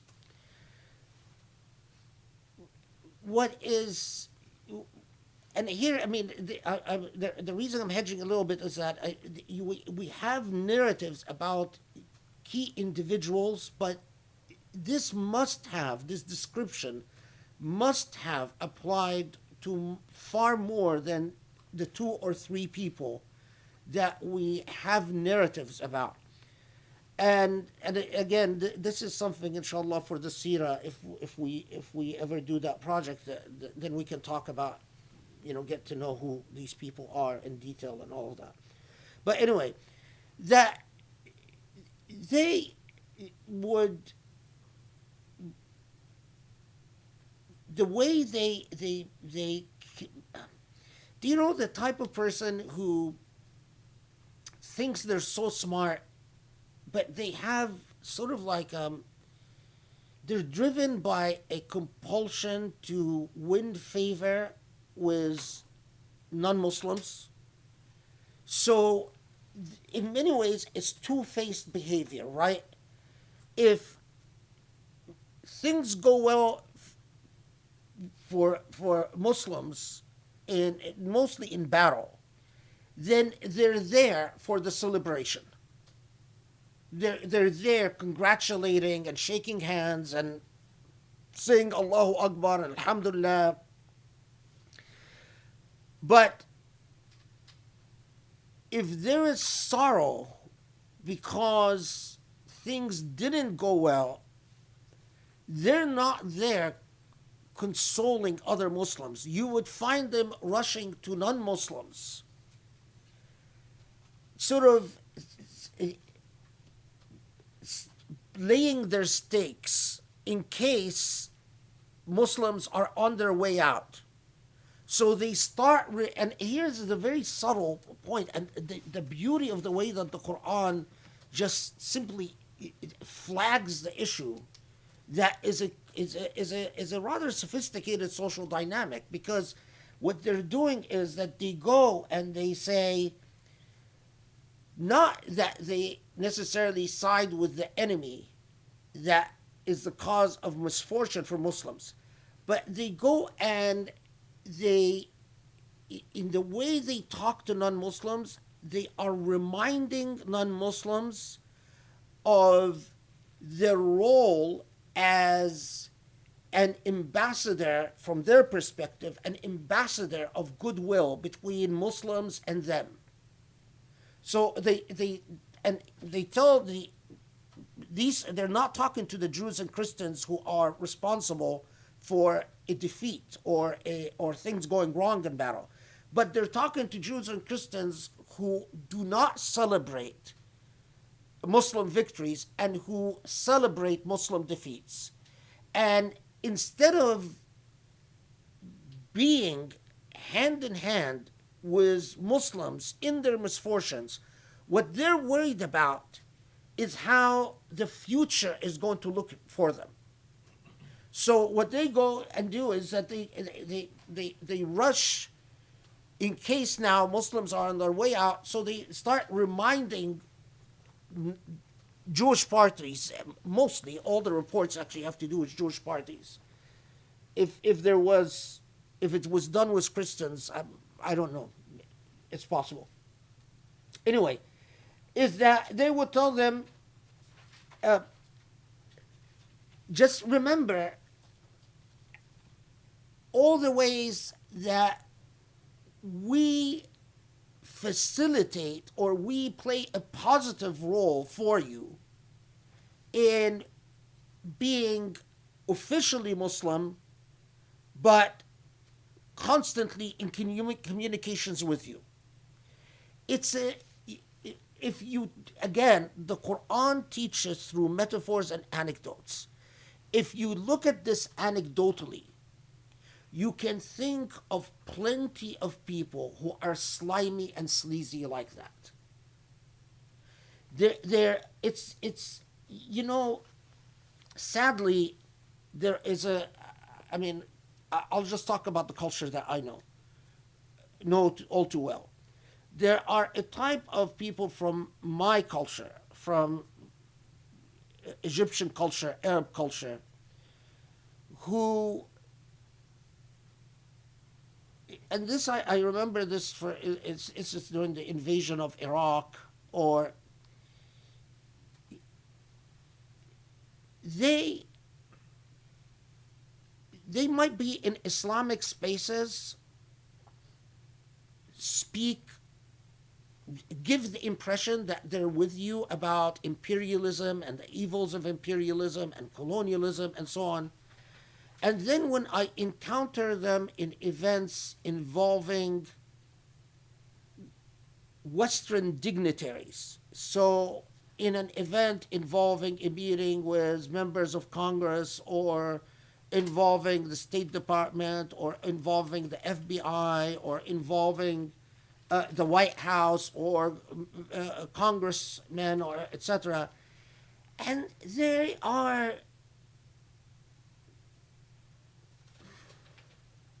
slimy. I mean, they're okay. I won't name that person because he's well known, but we were. This was after the invasion of Iraq, and either after or shortly before, I don't remember exactly, but one very well-known Muslim leader, who I've personally heard talk about, colonialism, imperialism, and so on. One went out of his way to. He was at the dinner. People had assigned seats. He went out of his way to switch his seat so he can be at the table where Paul Wolfowitz was, who was a hawkish, one of the hawkish advisors to the Bush administration, to sit at his table. And it was clear that the reason he wanted to sit at his table was to sort of drop in all the reasons of how he can be very helpful in the post Iraq invasion period. All the ways that he can advise the US government, that he can be. And in that context, I remember that what's his name was saying something. It's got Paul Wolfowitz. I think his name was Paul Wolfowitz. I might be misremembering the name, but Rumsfeld was there, and a few others of. And they started talking about the Iraqi legal system and how they want to. Oh, so this must have been shortly before the invasion, because they were talking at that point about how they want to abolish, to basically cancel the Iraqi army, and they wanted to do the same with the Iraqi legal system. And so a couple of us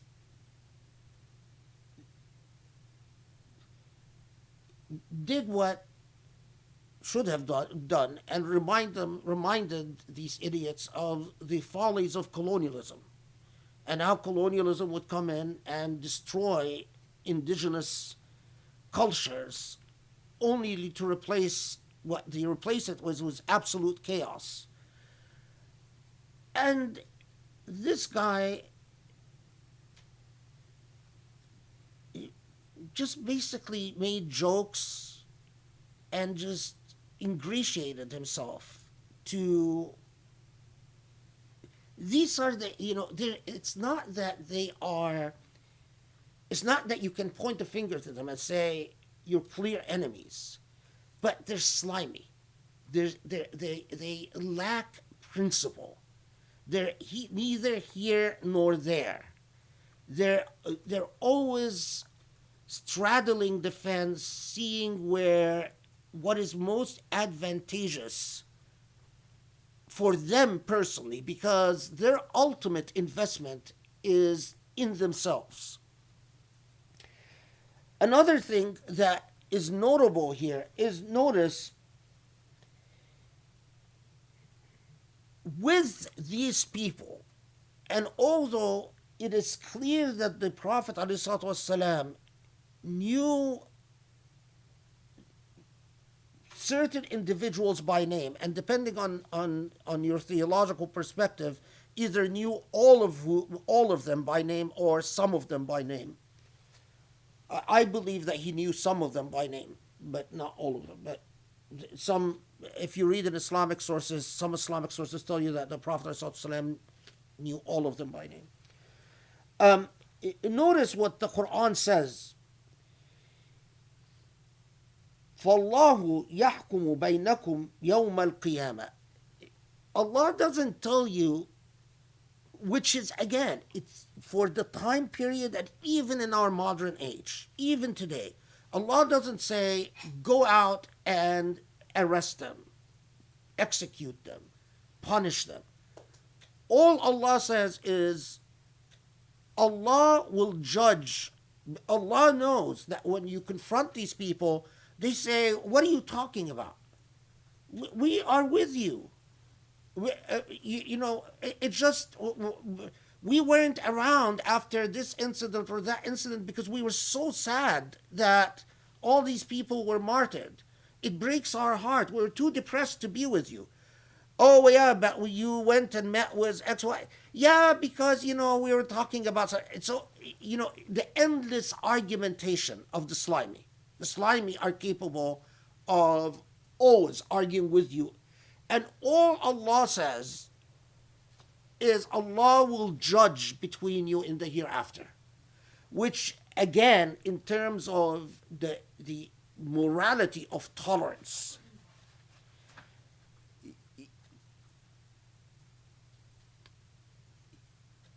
I don't know of with all the history of tolerance itself, I am not aware of a historical, even in the sort of what is considered by the West, the epitome of the history of tolerance, sort of 18th, 19th century liberal thought. It never gets to this level, where you are talking about potential enemies of the state, and all you say is God is going to judge between you, rather than empower you to persecute them. And this point that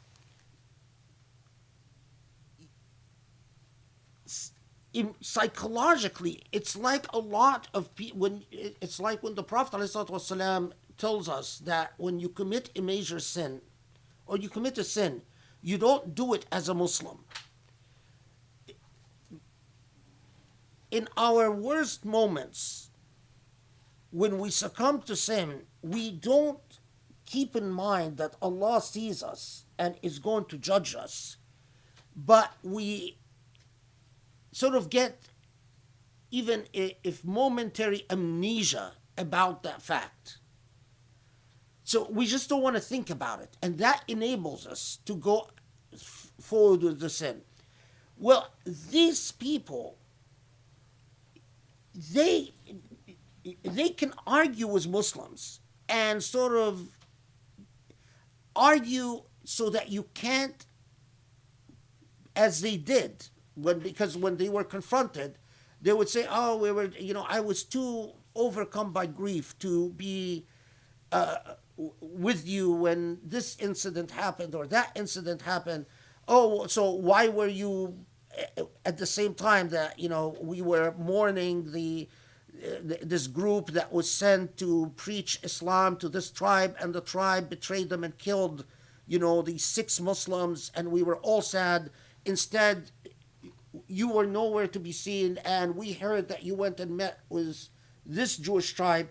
Oh yeah, no, it is because we just needed to wrap up some business."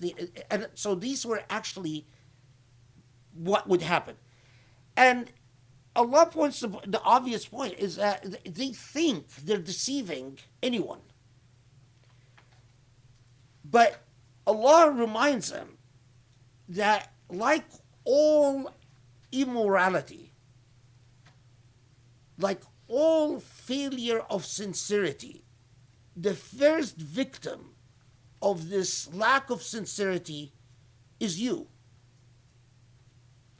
You're not deceiving anyone but yourself. Because ultimately, no one is going to bear the consequences of your zabzaba, the fact that you facilitate back and forth, other than yourself.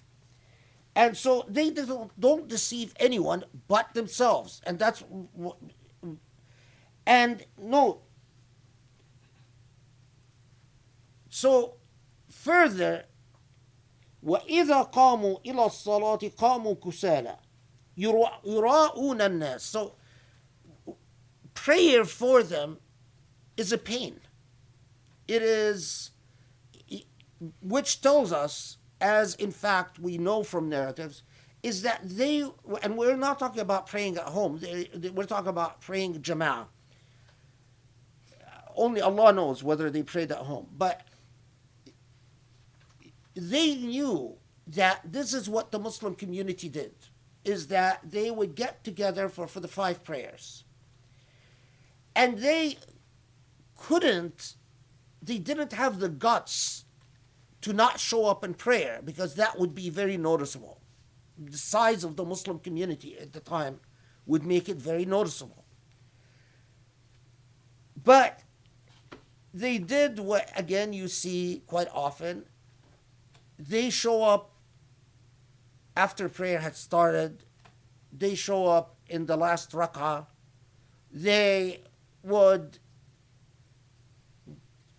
We have one narrative that, I forgot the name of this guy, but he would show up, that he would show, especially Fajr, right after the prayer had ended, and he would show up and always say, "Oh, it's over?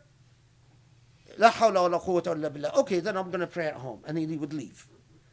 He should have been born in our modern age. Forgot his name. So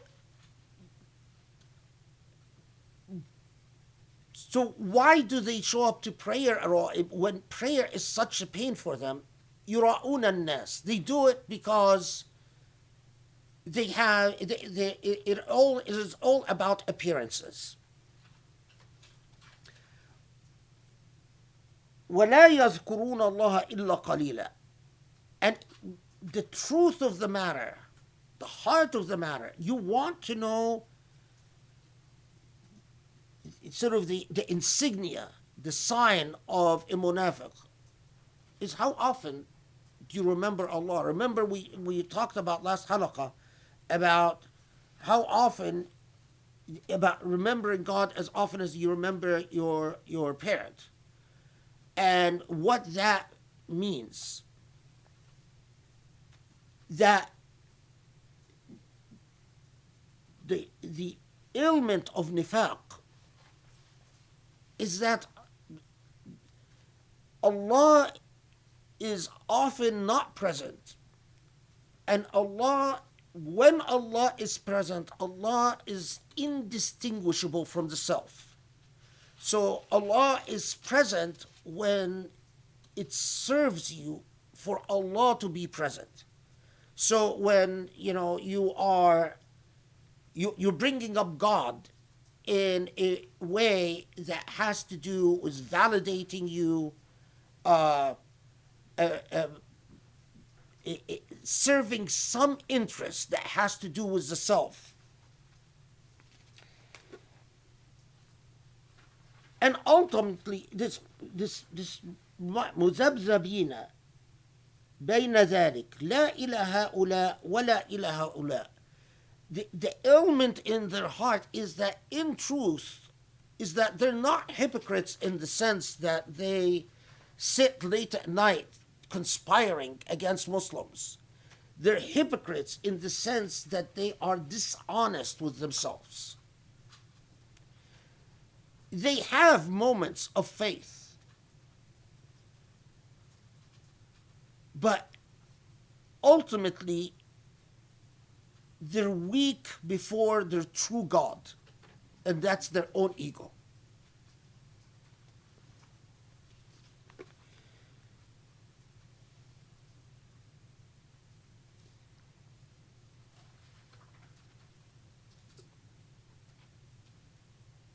يا أيها الذين آمنوا لا تتخذوا الكافرين أولياء من دون المؤمنين أتريدون أن تجعلوا لله عليكم سلطانا مبينا إن المنافقين في الدرك الأسفل من النار ولن تجد لهم نصيرا.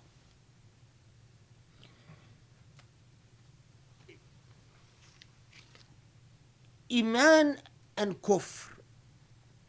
Kufr are those who deny God. Those who deny God is not just whether they believe in God or not believe in God, but they deny God's sovereignty, deny God's morality. For me, and this is not just me, but many theologians have said the same, without putting labels on the types of theologians, because it's not necessary. But if you are denying a core value that is part of Sunnatullah fil Kawn, like Allah tells you, be observant of justice, bearing witness for God, and you come and say, not important, not significant. Or Allah tells you,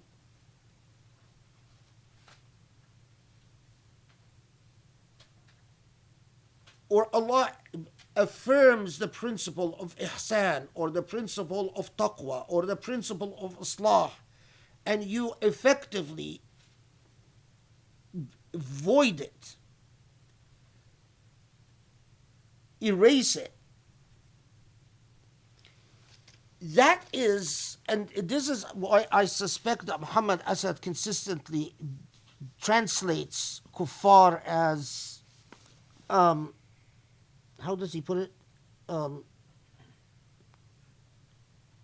I think something like to the effect of deny God, that same idea.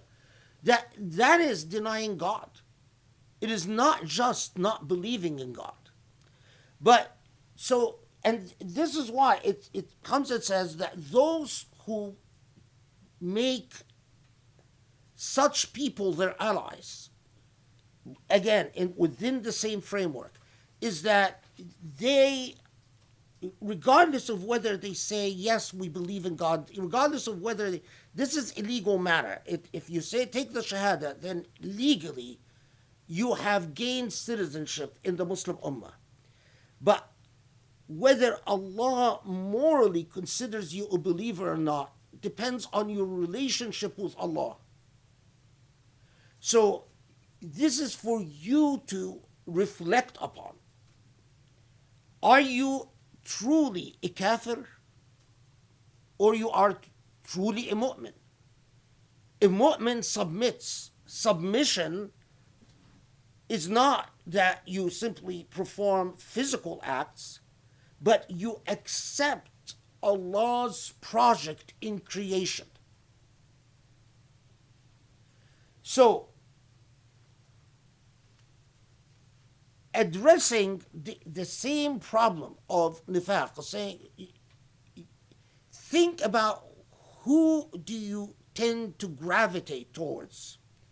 Do you gravitate towards those who look at what Allah is implementing with Allah's living prophet, and do you say, this is unreasonable, this is too much, I can't make these sacrifices? Or are you on board? Because ultimately, and this is, it should make Muslims shudder. Because ultimately, the place of hypocrites is in the lowest rungs of hell. في الدرك الأسفل من النار. What is Allah saying? That now you will find some very interesting writings as to why Allah, and the best that I've read about this is that the reason hypocrites are in the lowest rungs of hell is because of lying. They live a life of lies. Lying to themselves, lying to God, and that is quintessentially at odds with God's morality. If God teaches you anything about the path of God, about sunnatullah, is al-haq, right? And perseverance with al-haq. That you have to be truthful. You have to be truthful with yourself. You have to be truthful with others. You have to be truthful with God. The heart of nifaq is lack of transparency and lack of truth.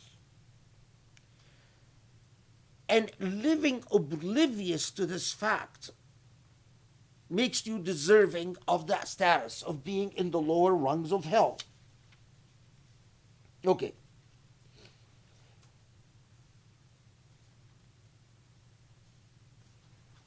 So, where were we?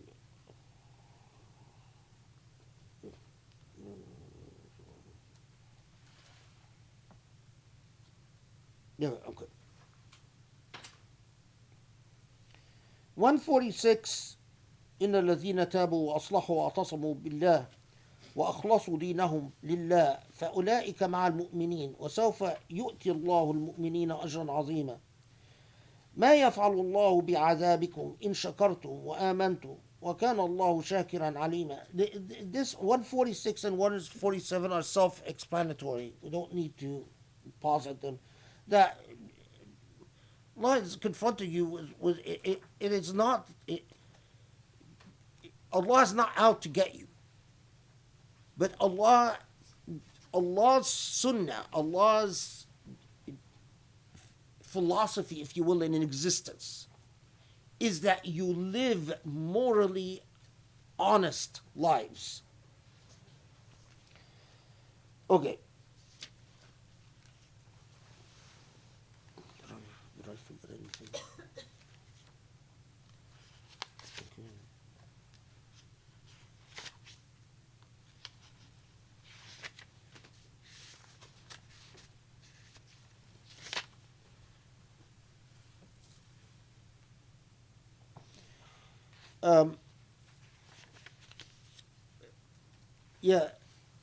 Several theologians, commentators, although this usually occurs, you find this in books on theology and not tafsir.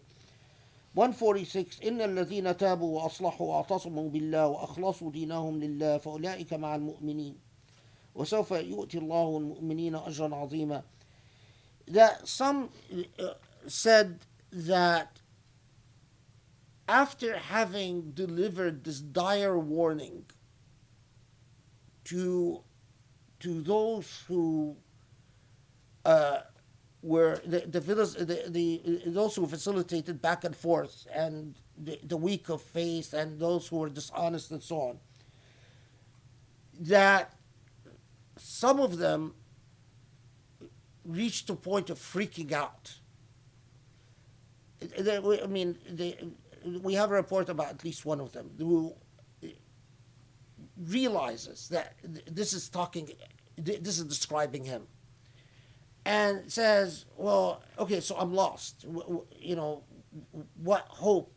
And that they say that then 146 comes and says, if you repent and you make the intention to correct your path, and make the intention to be sincere in your relationship with Allah, then Allah, in fact, will count you with the believers. In other words, it's not too late for you.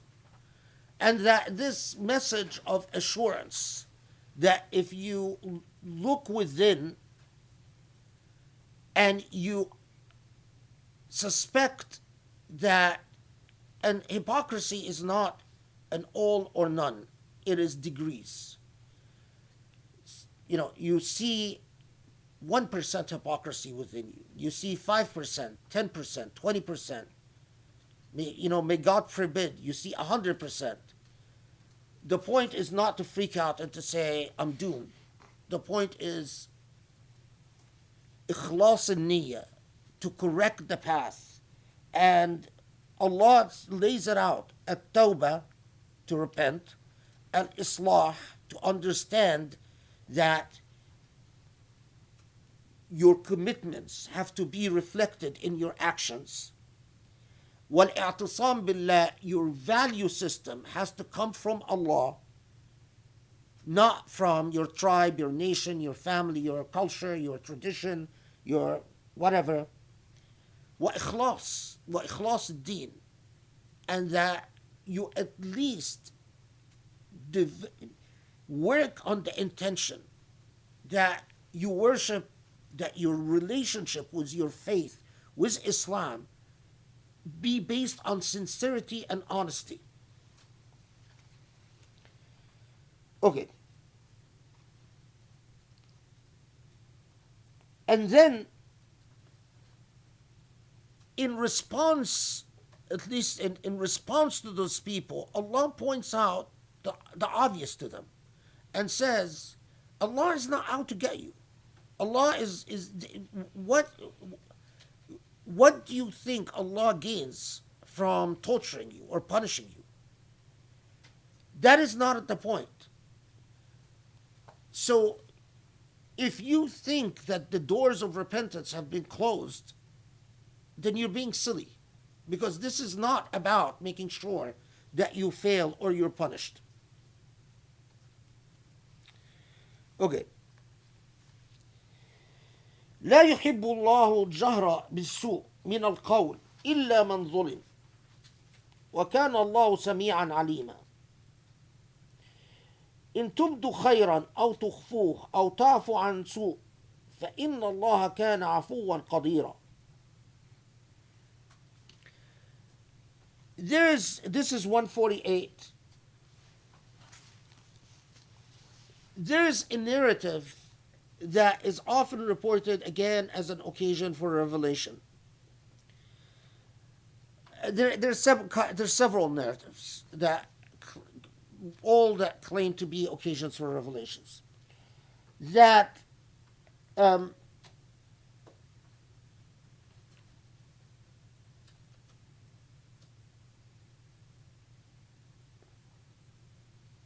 that a man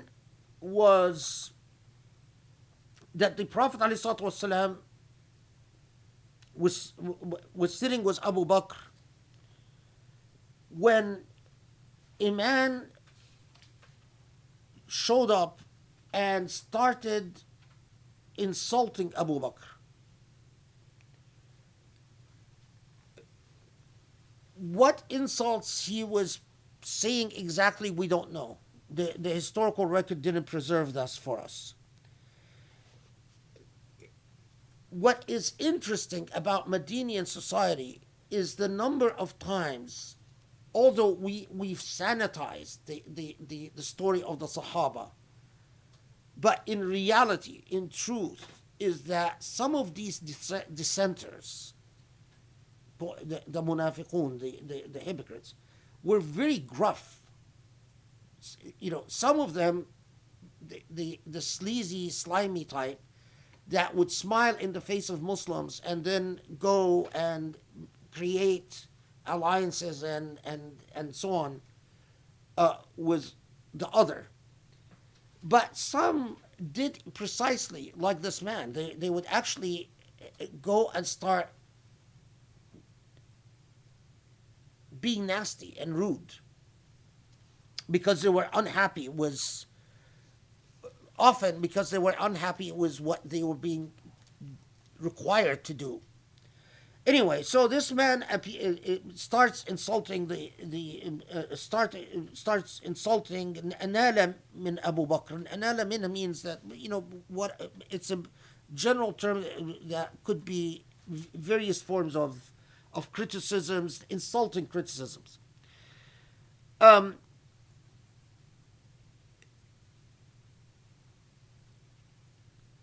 There are two versions of the narrative. One that says that Abu Bakr did not respond until he started to respond, so the Prophet ﷺ got up at that point and left. Another version says that when Abu Bakr looked like he was going to respond, the Prophet ﷺ told Abu Bakr, if you start responding, I will get up and leave. And when Abu Bakr asked the Prophet, both versions agree on this point, is that when Abu Bakr asked the Prophet, either why did you get up and leave, or why were you going to get up and leave if I would have responded to the insults, that the Prophet ﷺ says to Abu Bakr that as long as he was insulting you and you were not answering, there were angels who answered him back. But the minute you started reciprocating, or the minute you thought of reciprocating, the angels would leave and shaitan would come. Now,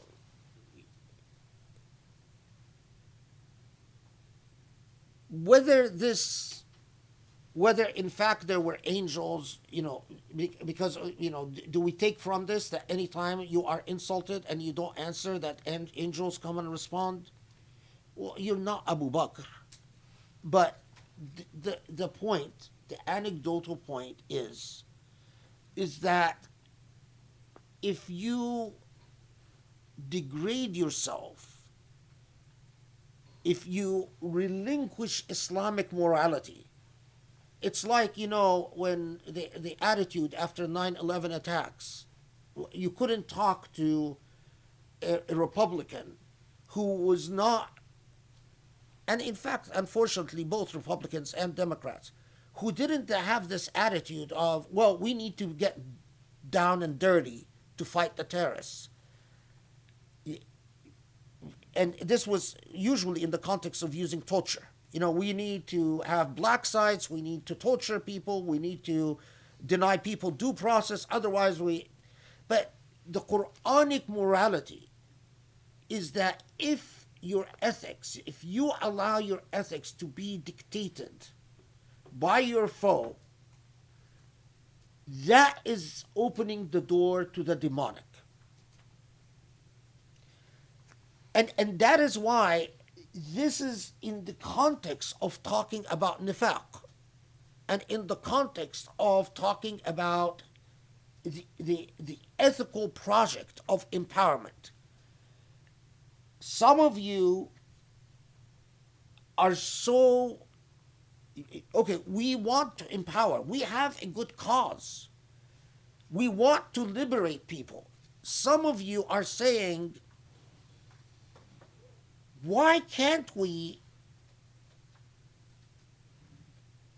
since our goals and our objectives are so worthy, why can't we go and arrest these people, exile these people, kill these people, imprison these people, basically the ones that are giving us a headache, the ones who withdrew in the Battle of Uhud, the ones who are complaining about paying their share of the war for the war effort, the ones who are complaining about having to donate anything, the ones who are complaining, etc., etc., etc.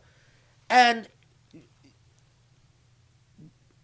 the again, the crux of the matter is your morality cannot be dictated by your opponent. But remember that in Surah Nisa, earlier, Allah told us that a najwa, if discourses are about causing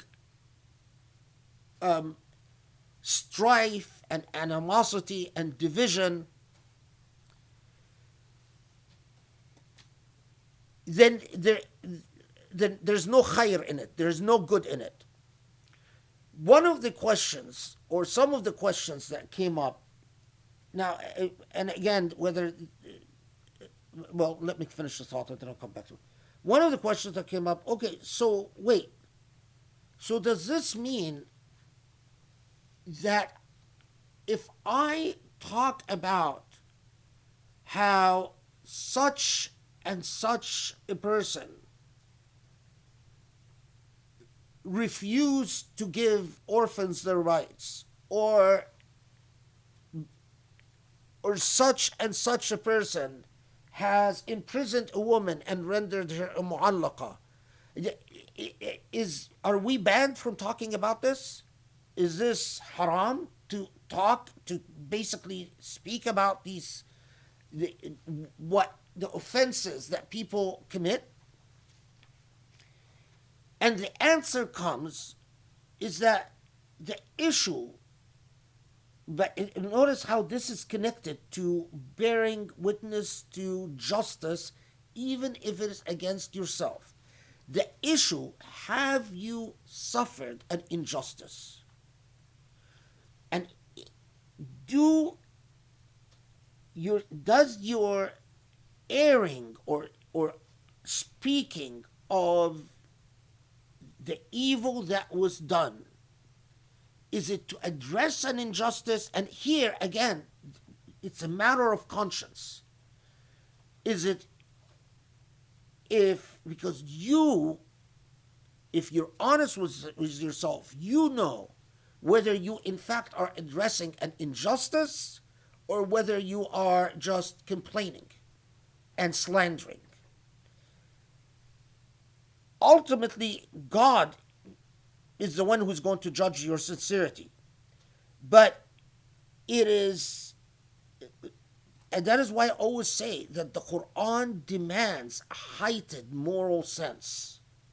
Because if you can easily turn this into dicta, you can easily take this as basically giving you license to engage in any type of evil talk, all the evil talk you wish, because everything is an injustice against you. There are people who have a victim mentality, and they tend to think that, people just commit injustices against them left and right. Well, all what Allah tells you is, well, if you are going to speak ill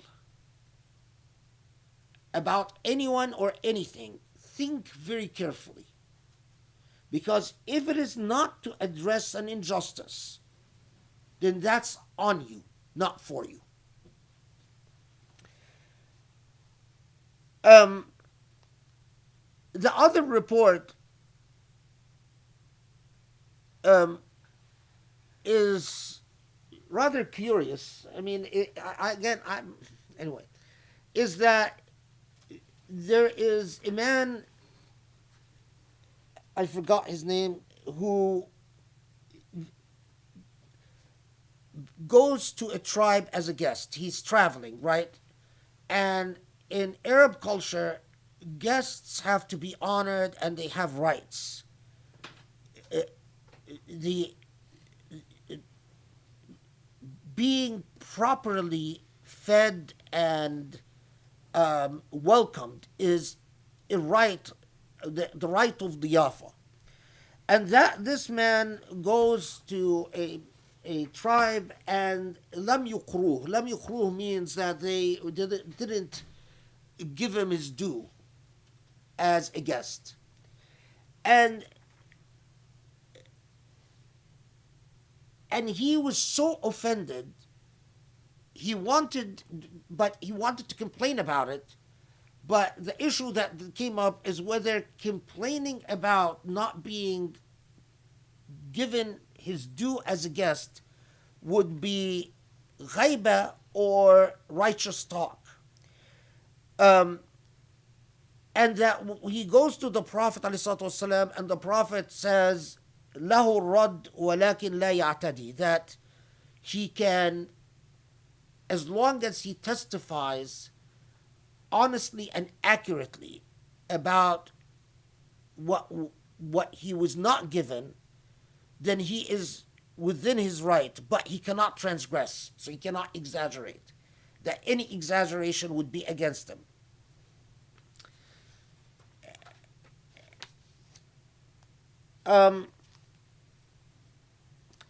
And then occasion for revelation, I definitely, I mean, the evidence that it is an occasion for revelation is very weak, even weaker than the Abu Bakr narrative.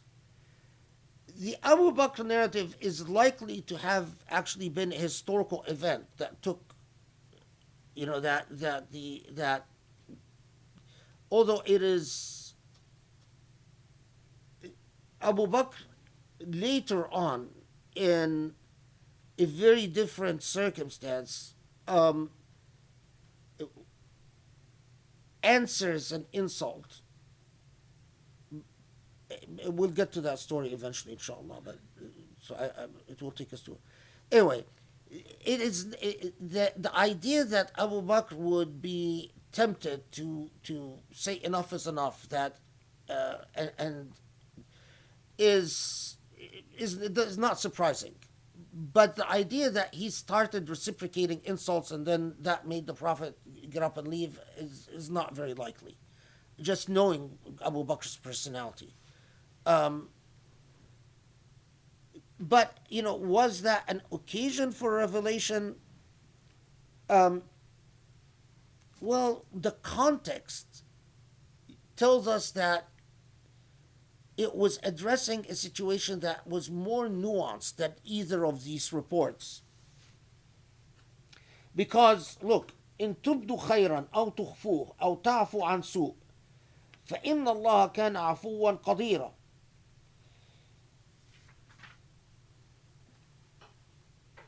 And so this is 149. إن الذين يكفرون بالله ورسله ويريدون أن يفرقوا بين الله ورسله ويقولون نؤمن ببعض ونكفر ببعض ويريدون أن يتخذوا بين ذلك سبيلا أولئك هم الكافرون حقا واعتدنا للكافرين عذابا مهينا.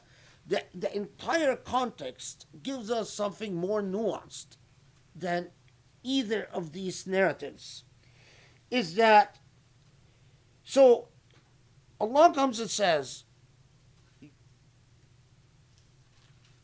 when it comes to talking about complaining, because, and I should put this in context, as already I think is obvious from things I said, that those who fall in the category of hypocrites, they were consummate complainers.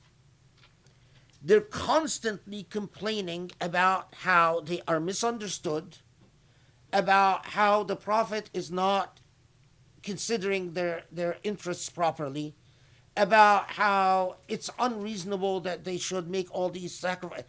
The thing that just strikes you about them is that they're just constantly complaining, while you hardly find someone like Ali bin Abi Talib complaining, or Abu Bakr, or the real Sahaba. You rarely find them, and when they complain, it is something about that has to do with Islam, with the future of Muslims.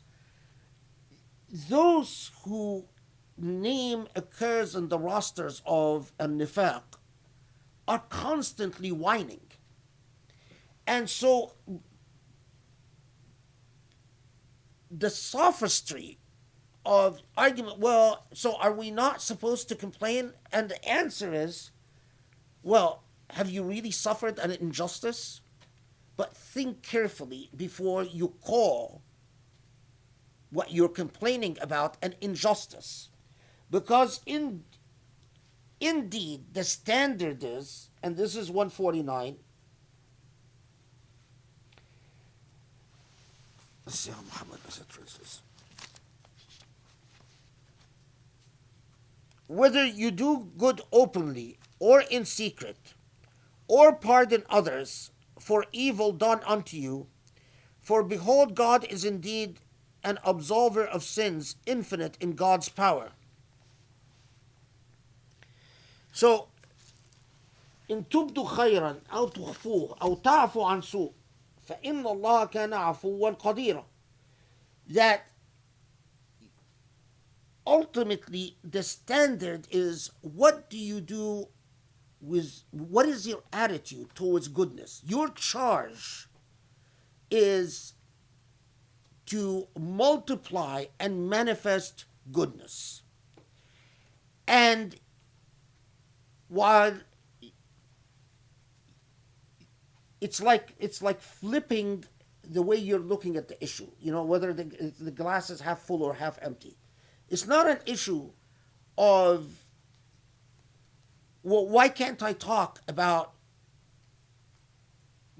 complain? The issue is, why don't you talk enough about goodness, about khair? Speaking about khair is habit forming, like everything else. It's my brother and I often joke about my mother, may Allah bless her soul, that my mother, whenever she would hear us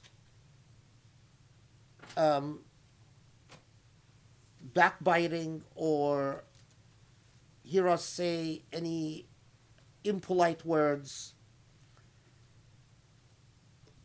she would always go, "Widani, Widani." She would cover her ears and she'd say, my ears. And I honestly believe that her ears would hurt her. I mean, when I was younger, I thought that she's just pretending. When I got older, I started really suspecting that, because she wouldn't miss a beat.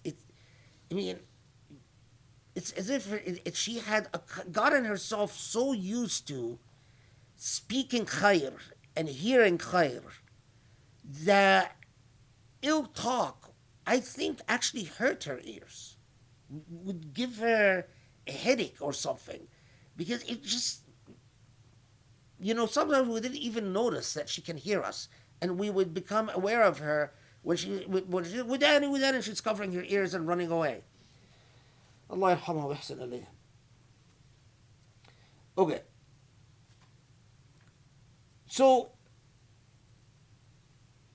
and remember that al-afw an as-su', that forgiving what is not good that has befallen you, is in itself a moral objective. So it's like changing or reorienting your perspective.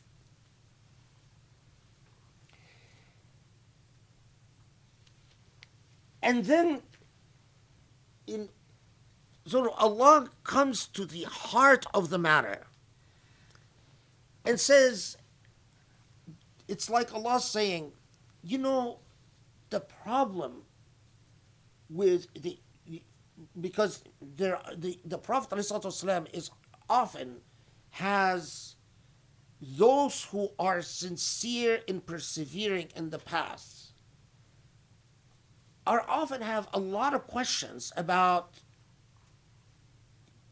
the not so small number, because there are actually quite a few, many, who are arguing, struggling, insulting, you know, engaging in things that if you are truly sacrificing and giving your all, you're looking at those others and saying, what is wrong? What is wrong with them?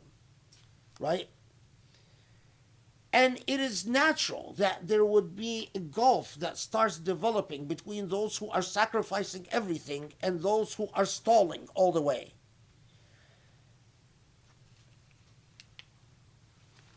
And as the Quran usually does, Allah comes and takes the band-aid off the whole dynamic and says, there are a people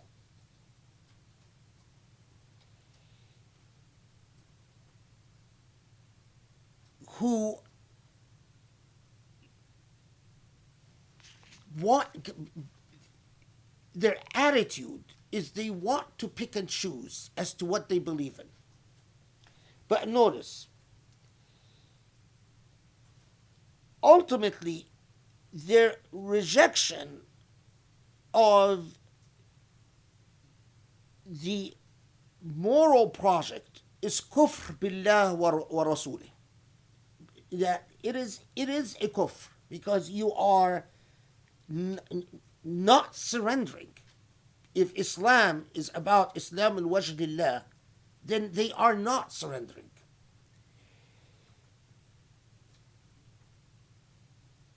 أن يفرقوا بين الله ورسله.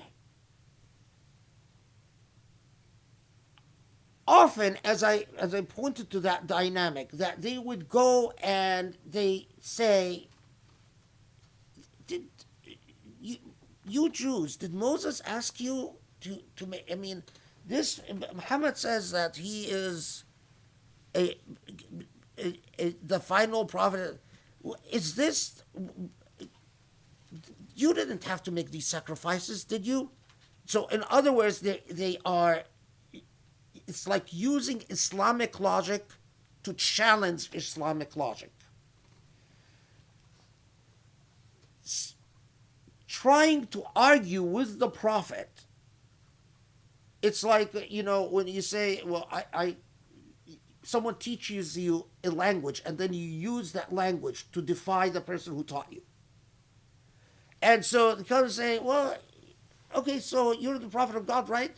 But Moses didn't require, and look, Jews themselves say they weren't required to make these types of sacrifices. Jesus didn't require his followers to make these types of sacrifices. So why you are demanding that we make these types of sacrifices? If you are weak of faith, it could be a compelling argument. And Allah comes and says, those are the attitude of saying my relationship to Islam is that I pick and choose what fits me and what is agreeable with me is a no-go. And again, if it was a popularity context, if you had a siege mentality and you wanted to maximize adherence, this is not the way you would talk to them. You wouldn't tell them you can't pick and choose. It's either you're in or you're out. Because you know that if you say that, well, you don't have the money, you don't have the power, you don't have the prestige, you don't have anything. And the risk is extremely high that they'll say, okay, fine, we're out. This is the miracle of the Quran. A human doesn't talk this way.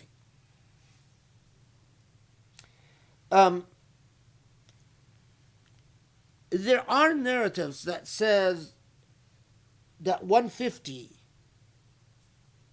you'll find in commentaries that tell you 150 was revealed about Christians and Jews, and that Christians and Jews are the ones who were picking and choosing, and that it was not talking about hypocrites, it was talking about Christians and Jews. Subhanallah, because I you know that this journey was done over 10-year period and many years ago. But so I had spent a considerable time researching this issue as those people who said that this was revealed about Christians and Jews and not hypocrites. And just recently, when I read Hassan Farhan al-Malki, I could have saved myself hours of research if I knew about Hassan Farhan al-Malki and just read him. Because he ended up searching the same individuals in the same narrations and finding, as I did, that the problem with these narrations is that it fell within a genre of individuals associated with certain transmissions that tended to ascribe all morally introspective Quranic discourses to project them onto Christians and Jews rather than onto the Muslim community. And that the reason that they did this is because of a theologically misguided perspective that all the Sahaba had to emerge beyond reproach. And so the idea that some of the people who converted at the time of the Prophet and technically were companions, as the idea of companions, Sahaba, emerges centuries later, or a century later, or a century and a half later, that it would fall into the lap of Ansar Ali, the pro-Ali group.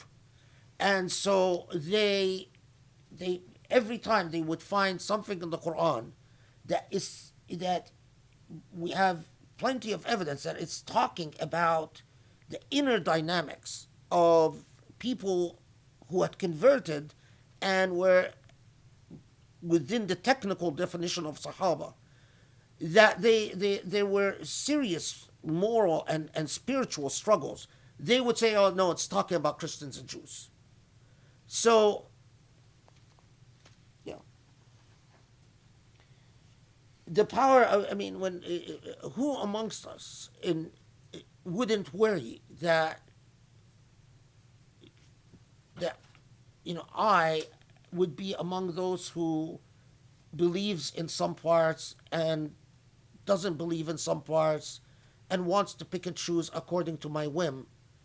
And remember that this is like a moral calling. It's not a judgment.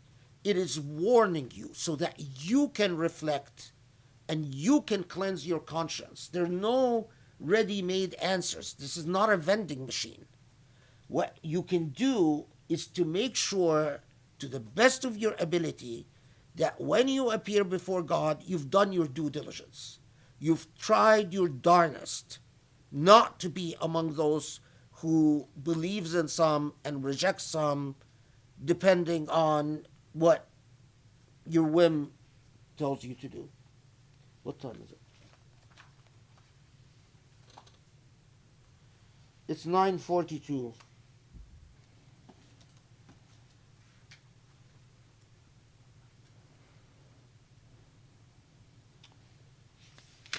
Well, I can.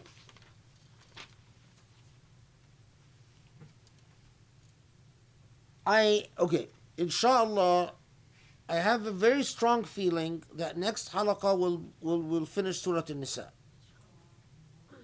I have a very strong feeling next halaqah will finish Surah An-Nisa, and that not only that, but I will summarize. I will give you the entire,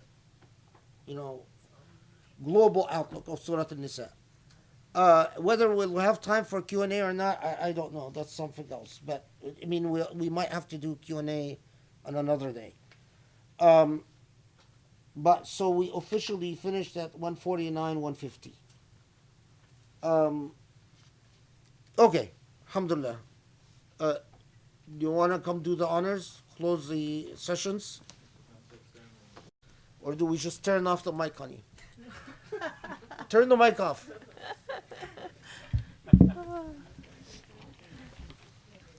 Oh. Poor thing. I just didn't want Muslims to do it. I don't mind if someone does it to me, but for once, I don't want it to be my Muslims. I just don't want it to be Muslims. Let me just explain why he keeps making references to like turning off the mic. So today, during his keynote, he was making his last point. We didn't realize he was over time, and the organizers had sent us messages through the chat to say, okay, you have 5 minutes, you have 2 minutes, whatever. So he's talking, and all of a sudden they shut off the mic. So they cut him off before he was able to make that point. Instead of doing, what would be polite is just to actually verbally come in and say, excuse me, professor, we have the next event or the next, thing starting, so we just need you to close up. They just cut him off. I've given 100 keynotes in my life. I can't even. We stopped listing them on the CV because they're just. I've never had anyone turn out the mic off on me. Yeah. Never. And it had to be Muslims. So Muslim lawyers. And it was an amazing lecture. So it was not a really nice way to end it, but. And these are first-year law students, and if they were in my class, I would be yelling at them, and giving them a very bad grade. But they're in a different law school, so I have no jurisdiction over them. So it's okay. So we recorded it. I recorded it. We've already uploaded it, so you can watch the whole thing without the end being cut off. So you get the full picture. Alhamdulillah, alhamdulillah. So thank you so much for this incredible halaqah as always. And just, I guess, some notes and highlights. Again, that we have to, in order to understand justice, we have to understand the context. And so, this is, again, so important because even like today in some of the sessions we were watching, there's just that whole idea that, to apply Islamic law, all you have to do is kind of pull out your fiqh book and, pull out a sentence and apply it, as opposed to actually understanding the complete picture of something and then actually creatively determining what would be just in this particular situation. So, and then the whole idea of following Quranic morality and the sunnah of Allah and understanding that justice is embedded in creation itself. Again, reminding us that every word of the Quran matters, and that oftentimes we pass over these moral injunctions. But when you demonstrate like what it takes and feels like to actually take every word seriously and think it through, it's so powerful. That in marriage, the idea of compassion between partners, forgiveness and mercy in your heart, that comes from God. That's a blessing from God. That comes from following Allah's sunnah. the idea, again, I'm just going to jump around, but things that just jumped out because we've already covered this, so many of these things. The idea that reconciliation is better, but that if you find, for disempowered women who have no choice, that they shouldn't compromise their dignity for financial reasons is such a beautiful idea. That the Quran, in referring back to stories of past revelations and past prophets, that it's such a beautiful message, that this is the same message as before, this idea of a Quranic openness, that wisdom is wisdom, morality is morality, ethical norms are ethical norms, and so empowering.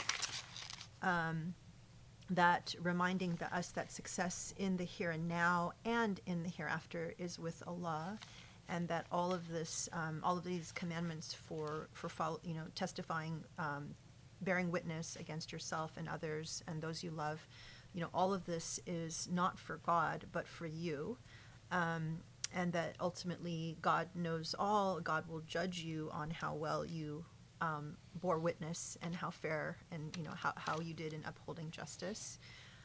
Interestingly, again, that most of the injustice is due to classism, which was really interesting, that this whole discussion. And I think overall, all of these stories are so important, even though we're hearing stories about what happened in a particular time with particular people. I mean, I understand these as really important definitions for our own self-reflection, because these prototypes are so familiar. They're human prototypes, and we know people, and we even recognize ourselves in some of these attitudes. And so it's important for us to ask, do we fall into this particular prototype? And the point you made about how hypocrisy is not black or white, but actually a matter of degrees. And the beautiful, the power of the izzah, with Allah versus the izzah with your ego, like the idea that, your power can come through your either dignity, or if it's not with Allah, then it's really just giving into your ego. The beautiful idea of the nuance in justice, and the example of, if you're talking with people and they start trashing, God or the Prophet or Revelation, that you should just leave, not kill them, but then if they change the topic, that you can join it. So, and again, the message is be careful who you hang out with, because they can influence you, and just the nuance in that. That ultimately, hypocrisy really is tied to how honest you are with yourself. If there's a lack of honesty, a lack of transparency, a lack of truth with yourselves and others and God, that's what we really need to examine, and that we should be focused on living morally honest lives, that Allah is not out to get you. This is that if you, don't freak out, this is about understanding, the situation or what you're doing, repenting, correcting your path, and making sure that your values come from Allah. That you can't let your morality be dictated by your enemies. So, that very human tendency to, if someone is treating you unjustly, that you want to lash out, but, then that's not the right way. That you should not speak ill except for purposes of addressing injustice, and the nuance in thinking about that, because it's so easy to just fall into speaking ill or complaining or whining, but to think in terms of flipping your attitude, am I adding to goodness as opposed to am I adding to, the speaking ill, and that all of this is a moral calling and a warning, and that we should do our due diligence. So, such an important, again, lessons for how to turn inward and make sure that we are growing and living by Allah's standard. So, thank you so much for an amazing session. Inshallah, look forward to, the conclusion of Surah Nisa, which would be amazing because it would then fall on the first day of Ramadan, as we understand it, true. right? So that would be very beautiful. And so anyway, I think that is it. Thank you so much for being with us. Assalamu alaikum. Have a wonderful week. And inshallah, when we see you, it'll be Ramadan. It'll be amazing. Ramadan Mubarak, everyone. Ramadan Mubarak. Okay. Have a wonderful week. Assalamu alaikum.